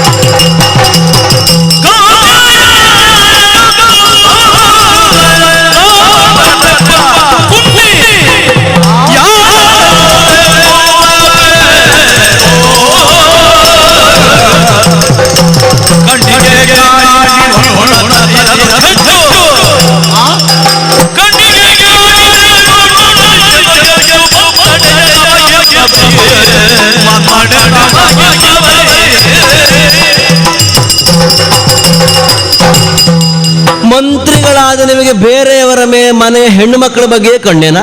ಏನಾಯ್ತು? ಎಂತದ್ದು ನೀ ಮಾತಾಡುವುದು? ಎಂತಾಯ್ತು? ನಿನ್ನ ಒಡೆಯ ನೋಡಿದ್ರೆ ಹಾಗೆ, ಅವನ ಮಂತ್ರಿಯಾದ ನಿನ್ನ ಮಾತು ಕೇಳಿದ್ರೆ ಹೀಗೆ. ನೀನು ನನಗೆ ಮದುವೆ ಮಾಡಿಸುವುದಾ? ಹೌದಾ? ನಿಮ್ಮ ರಾಕ್ಷಸ ಸಂತಾನದಲ್ಲಿ. ಹೌದು. ಯಾಕೆ? ನಿಮ್ಮ ರಾಕ್ಷಸ ಸಂತಾನದವರ ಒಂದೊಂದು ಕಥೆ ಕೇಳಿದ್ರೆ ಜೀವಮಾನದಲ್ಲಿ ಮದುವೆಯಾಗದೆ ಹಾಗೆ ಸತ್ತರೂ ತೊಂದರೆ ಇಲ್ಲ, ನಿಮ್ಮ ಸಹವಾಸ ಬೇಡ ಅಂತ ಅನ್ನಿಸ್ತದೆ. ನಿಮ್ಮ ಒಡೆಯ ರಾವಣ. ಈಗ ಜಾತಿದ್ದೇ ಆಗುದು ಅಂತ ಇಲ್ಲ, ಕೆಲವರು ಬೇರೆ ಬೇರೆ ಅಂತರ್ಜಾತಿ ಎಲ್ಲ ಆಗ್ತದೆ. ಈಗ ನಿನಗೆ ಅನುಮಾನ ಬೇಡ. ಈಗ ನಿನ್ನ ಜಾತಿ ಮಂಗ ಜಾತಿ ಅಲ್ವಾ, ನಮ್ಮದು ರಕ್ಕಸ ಜಾತಿ ಆಗುತ್ತದೆ. ಏನಾಗದೆ? ಒಂದು ಕೆಲಸ ಮಾಡುವ, ಇದನ್ನ ವ್ಯುತ್ಕ್ರಮ ಮಾಡುವ. ಏನು? ನಿಮ್ಮಲ್ಲಿರುವ ಹುಡುಗನಿಗೆ ನಮ್ಮ ಹುಡುಗಿಯನ್ನು ಕೊಂಡೋಗಿ ಒಂದಲ್ಲ ಎರಡು ಕೊಡ್ತೇವೆ ಒಬ್ಬನಿಗೆ, ಮಂಗನ ಮರಿಯನ್ನು. ಮದುವೆ ಆಗ್ಬೇಕು. ಅಲ್ಲ, ವರ್ಣಾಶ್ರಮ ಪದ್ಧತಿ. ಈಗ ನಿನಗೂ ಈಗ ನಮ್ಮ ರಕ್ಕಸ ಹುಡುಗಿಗೂ ಹೊಂದಾಣಿಕೆ ಆಗುತ್ತದ ಇಲ್ವ ಅಂತ. ಓ ನಮ್ಮ ಗಡ್ಡ ಬಿಟ್ಟ ಶುಕ್ರಾಚಾರ್ಯ ಒಂದು ನೋಡಿಬಿಡಿ. ಗಡ್ಡ ಬಿಟ್ಟದ್ದು ಯಾಕೆ? ನಿಮ್ಮ ಸಹವಾಸವೇ ಸಾಕು ಅಂತ ಗಡ್ಡ ಬಿಟ್ಟದವರು. ಸಂಸಾರದ ಸಹವಾಸವೇ ಸಾಕು ಅಂತ. ಇರುವುದಕ್ಕಾಗುವುದಿಲ್ಲ, ಹೋಗುವುದಕ್ಕೆ ಕೂಡುವುದಿಲ್ಲ ಅಂತಿದ್ದದ್ದಿಲ್ಲಿ. ಹೌದಾ? ಅದಲ್ಲದಿದ್ರೆ ರಾವಣ ಮಾಡಿದ್ದಾದ್ರೂ ಎಂತದ್ದು? ಏನದು? ನಮ್ಮ ರಾಮನ ಪ್ರಕರಣಕ್ಕಿಂತ ಹಿಂದೆ ಆಗಿ ಹೋದ 1000 ಪ್ರಕರಣಗಳನ್ನು ನಾವು ಬಿಟ್ಟಾಗಿದೆ, ಸಂಬಂಧವೇ ಇಲ್ಲ. ಅಲ್ಲ, ನೀನು ಹುಡುಗಿ ಮದುವೆ ಆಗದವರಿಗೆ ಮದುವೆ ಮಾಡಿಸುವ ಯೋಚನೆ ಮಾಡುವುದಕ್ಕೆ ನಿನಗಾಗುತ್ತದೆ. ಒಬ್ಬ ಮಹಾಮಂತ್ರಿಯಾಗಿ ಮದುವೆಯಾದಂತಹ ಒಬ್ಬ ಮಹಾ ಮೇಧಾವಿಗೆ ಮದುವೆಯಾದಂತಹ ಒಬ್ಬ ವ್ಯಕ್ತಿಯ ಹೆಂಡತಿಯನ್ನು ತಂದು ಇರಿಸಿಕೊಳ್ಳುವುದಕ್ಕೆ ಸರಿಯಲ್ಲ ಅಂತ ಹೇಳುವುದಕ್ಕಾಗುವುದಿಲ್ಲವೇನ? ರಾಮನ ಹೆಂಡತಿಯಾದಂತಹ ನಿಷ್ಕಳಂಕ ಗಾತ್ರಿಯಾದಂತಹ ಸೀತೆಯನ್ನು ಕರೆತಂದು ಇರಿಸಿಕೊಂಡ ಕಾಲಕ್ಕೂ ನೀವು ಮಾತಾಡಲಿಲ್ಲ. ಕದ್ದು ತಂದದ್ದು ಅಲ್ಲ, ನೇರವಾಗಿ ಒಂದು ತರುವುದಕ್ಕೊಂದು ಕ್ರಮ ಅಂತ ಉಂಟು. ಯುದ್ಧದ ಮೂಲಕವಾಗಿ ತಂದ್ರೆ ಅದು ಒಂದು ಕ್ರಮ ಅಂತ ಕರೆಸಿಕೊಳ್ತದೆ. ಯಾರು ಇಲ್ಲದ ಸಂದರ್ಭ ಮಾವನಾದ ಮಾರೀಚನನ್ನು ಮಾಯಾಮೃಗವಾಗುವ ಹಾಗೆ ಬಳಸಿಕೊಂಡು ಚಿನ್ನದ ಜಿಂಕೆಯನ್ನು ಕಂಡಂತಹ ಸೀತೆ ಮರುಳಾಗುವ ಹಾಗೆ ಮಾಡಿ ಸೀತೆಯ ಮಾತಿನ ಪ್ರಕಾರವಾಗಿ ರಾಮ ಅತ್ತ ಸಾಗಿದಾಗ ಹಾ ಲಕ್ಷ್ಮಣ ಹಾ ಸೀತಾ ಎನ್ನುವ ಹಾಗೆ ಮಾಯದಿಂದ ಕೂಗಿಸಿ ರಾಮನಿಗೆ ಆಪತ್ತು ಬಂತು ಎನ್ನುವ ಹಾಗೆ ಪ್ರಕಟಿಸಿ ಲಕ್ಷ್ಮಣನನ್ನು ದೂರೀಕರಿಸಿ ಸನ್ಯಾಸಿಯ ವೇಷವನ್ನು ಮಾಡಿಕೊಂಡು ರಾವಣ ಅಲ್ಲಿವರೆಗೆ ಬಂದು ಸೀತೆಯನ್ನು ಅಪಹರಿಸಿದವ. ಅಲ್ಲ, ನಿನ್ನ ರಾವಣ ನಿಜವಾಗಿ ಸಮರ್ಥನೆ ಹೌದಾಗಿದ್ದರೆ ರಾಮ ಇರುವಾಗಲೇ ಹೋಗಿ ಖಾಡಿಯಾಗಿ ಹೋರಾಡಿ ಸೀತೆ ತರುವುದಕ್ಕೆ ಅವಕಾಶ ಇತ್ತು. ಹಾಗೆ ಮಾಡಲಿಲ್ಲ.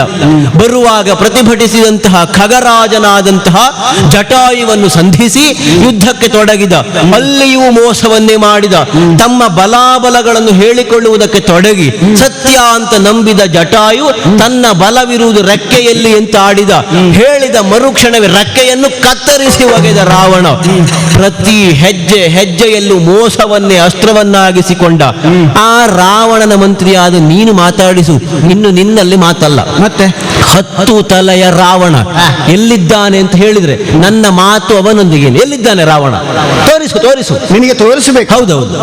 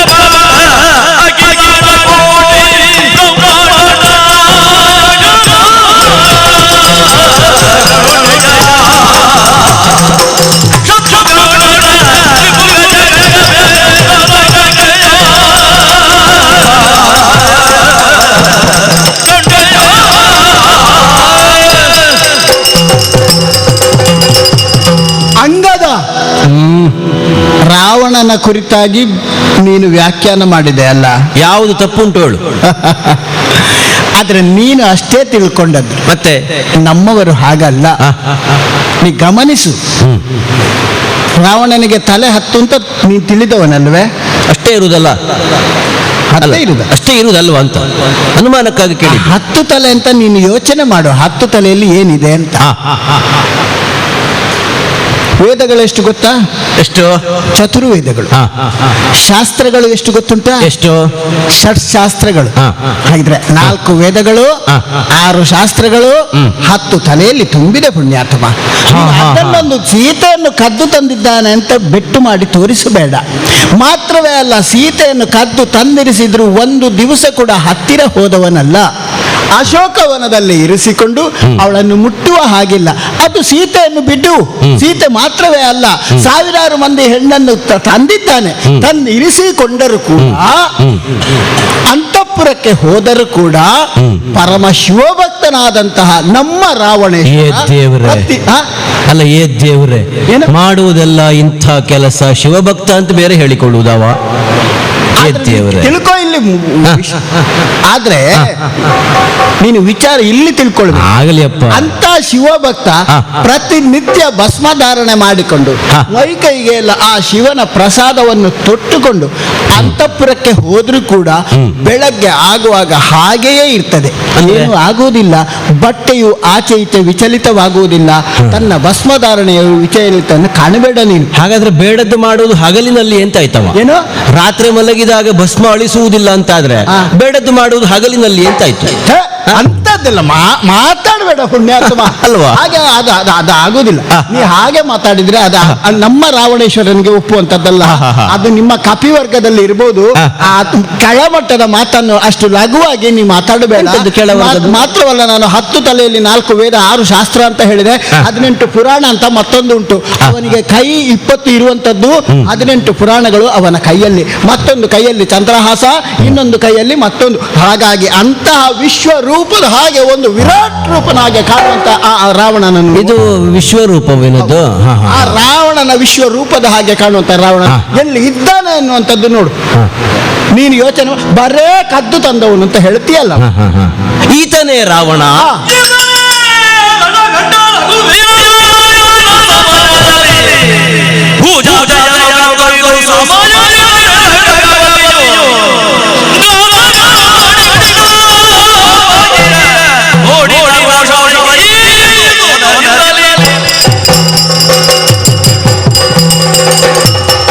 ಪ್ರಹಸ್ತ, ನೀನು ರಾವಣನ ಬಗ್ಗೆ ಎಷ್ಟೇ ಒಳ್ಳೆಯ ಮಾತುಗಳನ್ನಾಡು. ನೀನವನ ಮಂತ್ರಿ ಆದ್ದರಿಂದ ಆಡಬೇಕಾದದ್ದು ನಿನ್ನ ಕರ್ತವ್ಯ ಅಲ್ಲ, ನಿನಗದು ಅನಿವಾರ್ಯ.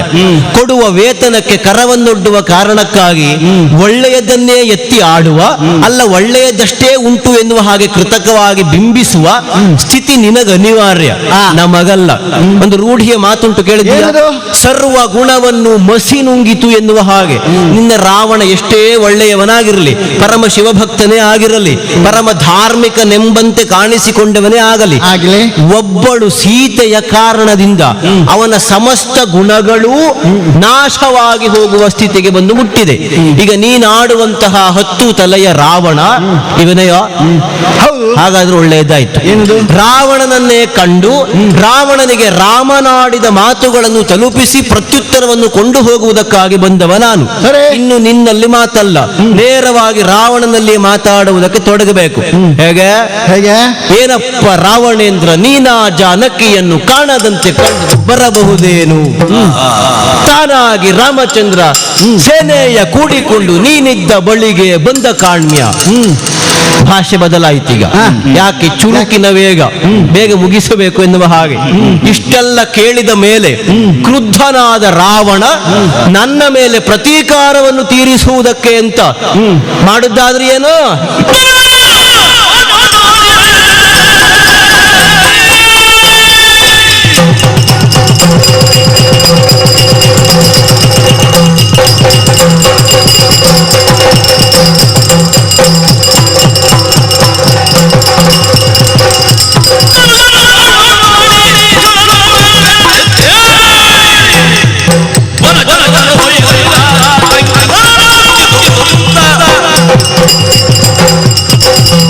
ನಾನಾಡಿದ ಮಾತುಗಳನ್ನು ಕೇಳಿ ಸಹಿಸಿಕೊಳ್ಳುವುದಕ್ಕಾಗದಿರುವಂತಹ ದಶಕಂಠ ತನ್ನ ಕರದಲ್ಲಿರುವಂತಹ ಚಂದ್ರಹಾಸವನ್ನು ಝಳಪಿಸುತ್ತಾ ನನ್ನನ್ನು ನಿಗ್ರಹಿಸುವುದಕ್ಕಾಗಿ ತನ್ನ ಸೇನೆಗೆ ಅಪ್ಪಣೆಯನ್ನು ಕೊಡ್ತಾ ಇದ್ದಾನೆ. ತನ್ನ ಬೆಂಬಲಿಗರಿಗೆ ಪ್ರಚೋದನೆಯನ್ನು ಕೊಡ್ತಾ ಇದ್ದಾನೆ. ತಾನೇ ಸಿಂಹಾಸನದಿಂದ ಕೆಳಕ್ಕೆ ಇಳಿದು ಪ್ರತಿರೋಧ ವ್ಯಕ್ತಪಡಿಸುವುದಕ್ಕೆ ತೊಡಗುತ್ತಾ ಇದ್ದಾನೆ. ಪ್ರತಿಭಟಿಸುವುದಕ್ಕೆ ಬಂದಂತವರನ್ನು ಕರದಲ್ಲಿರುವ ಗದೆಯಿಂದ ಬಡಿದಿದ್ದೇನೆ, ಕರದಲ್ಲಿರುವ ಮರದಿಂದ ಕೆಳಕ್ಕೆ ಬೀಳಿಸಿದ್ದೇನೆ. ಎಂಥದ್ದಿದು ಆಶ್ಚರ್ಯ! ಪ್ರಸಂಗ ಇಷ್ಟು ಹೊತ್ತಿಗೆ ಮುಗಿಯಬೇಕಾಗಿತ್ತು, ಯಾಕೆ ಮುಗಿಯಲಿಲ್ಲ ಎನ್ನುವ ಹಾಗೆ ಯೋಚಿಸಿ ಯೋಚಿಸಿ ರಾಮನಿಂದ ಕಳುಹಿಸಲ್ಪಟ್ಟಂತಹ ಹನುಮಂತ ಇಲ್ಲಿಗೆ ಬಂದು ಸೇರಿದ್ದಾನೆ. ಎಲ್ಲಿಯಾದರೂ ಅಂಗದನಿಗೆ ಕೇಡಾಗುತ್ತದೆ ಎನ್ನುವಂತಹ ಸನ್ನಿವೇಶ ಬಂದ್ರೆ ಅವನನ್ನು ರಕ್ಷಿಸಿ ಕರೆತರಬೇಕು ಎನ್ನುವ ಹಾಗೆ ಹನುಮಂತನಿಗೆ ರಾಮನಪ್ಪಣೆಯಾಗಿದೆಯಂತೆ. ಹನುಮಂತ ನನ್ನನ್ನು ರಕ್ಷಿಸಿ ಇದಿರಾದ ಅಧಟರನ್ನು ಸಹಿತವಾಗಿ ಕೆಳಕ್ಕೆ ಬಡಿದಿದ್ದಾನೆ. ಒಬ್ಬ ಸಂಧಾನಕಾರನನ್ನು ಹೇಗೆ ನಡೆಸಿಕೊಳ್ಳಬೇಕು ಎನ್ನುವ ಹಾಗೆ ಸಂಸ್ಕಾರವಿಲ್ಲದಿರುವಂತಹ ರಾವಣನಿಗೆ ಹನುಮಂತನು ಸರಿಯಾಗಿ ಉತ್ತರವನ್ನು ಕೊಟ್ಟಿದ್ದಾನೆ. ಹಾಗಾದರೆ ರಾವಣ ಸಂಧಾನಕ್ಕೆ ಒಪ್ಪುವುದಿಲ್ಲ ಎನ್ನುವುದು ಸ್ಪಷ್ಟವಾಯಿತು. ಸೇನೆಯನ್ನು ಸಿದ್ಧಗೊಳಿಸುವುದಕ್ಕೆ ತೊಡಗಿದ್ದಾನೆ. ತನ್ನ ಕೇಡನ್ನು ತಾನೇ ಆಮಂತ್ರಿಸಿಕೊಳ್ಳುತ್ತಾ ಇದ್ದಾನೆ. ಸಂಗ್ರಾಮದಲ್ಲಿ ತಾನು ಸತ್ತಾದರೂ ಸರಿ ರಾಮಸತಿಯನ್ನು ಕೊಡುವುದಿಲ್ಲ ಅಂತ ಆಡ್ತಾನೆ ಅಂತಾದರೆ ಬೇಕಾದ ಉತ್ತರ ಸ್ಪಷ್ಟವಾಯಿತಲ್ಲ. ತಡ ಮಾಡುವುದಲ್ಲ, ರಾಮನಿಗೆ ವಿಷಯವನ್ನು ಮುಟ್ಟಿಸುವುದಕ್ಕೆ ಹಾರುತ್ತೇನೆ.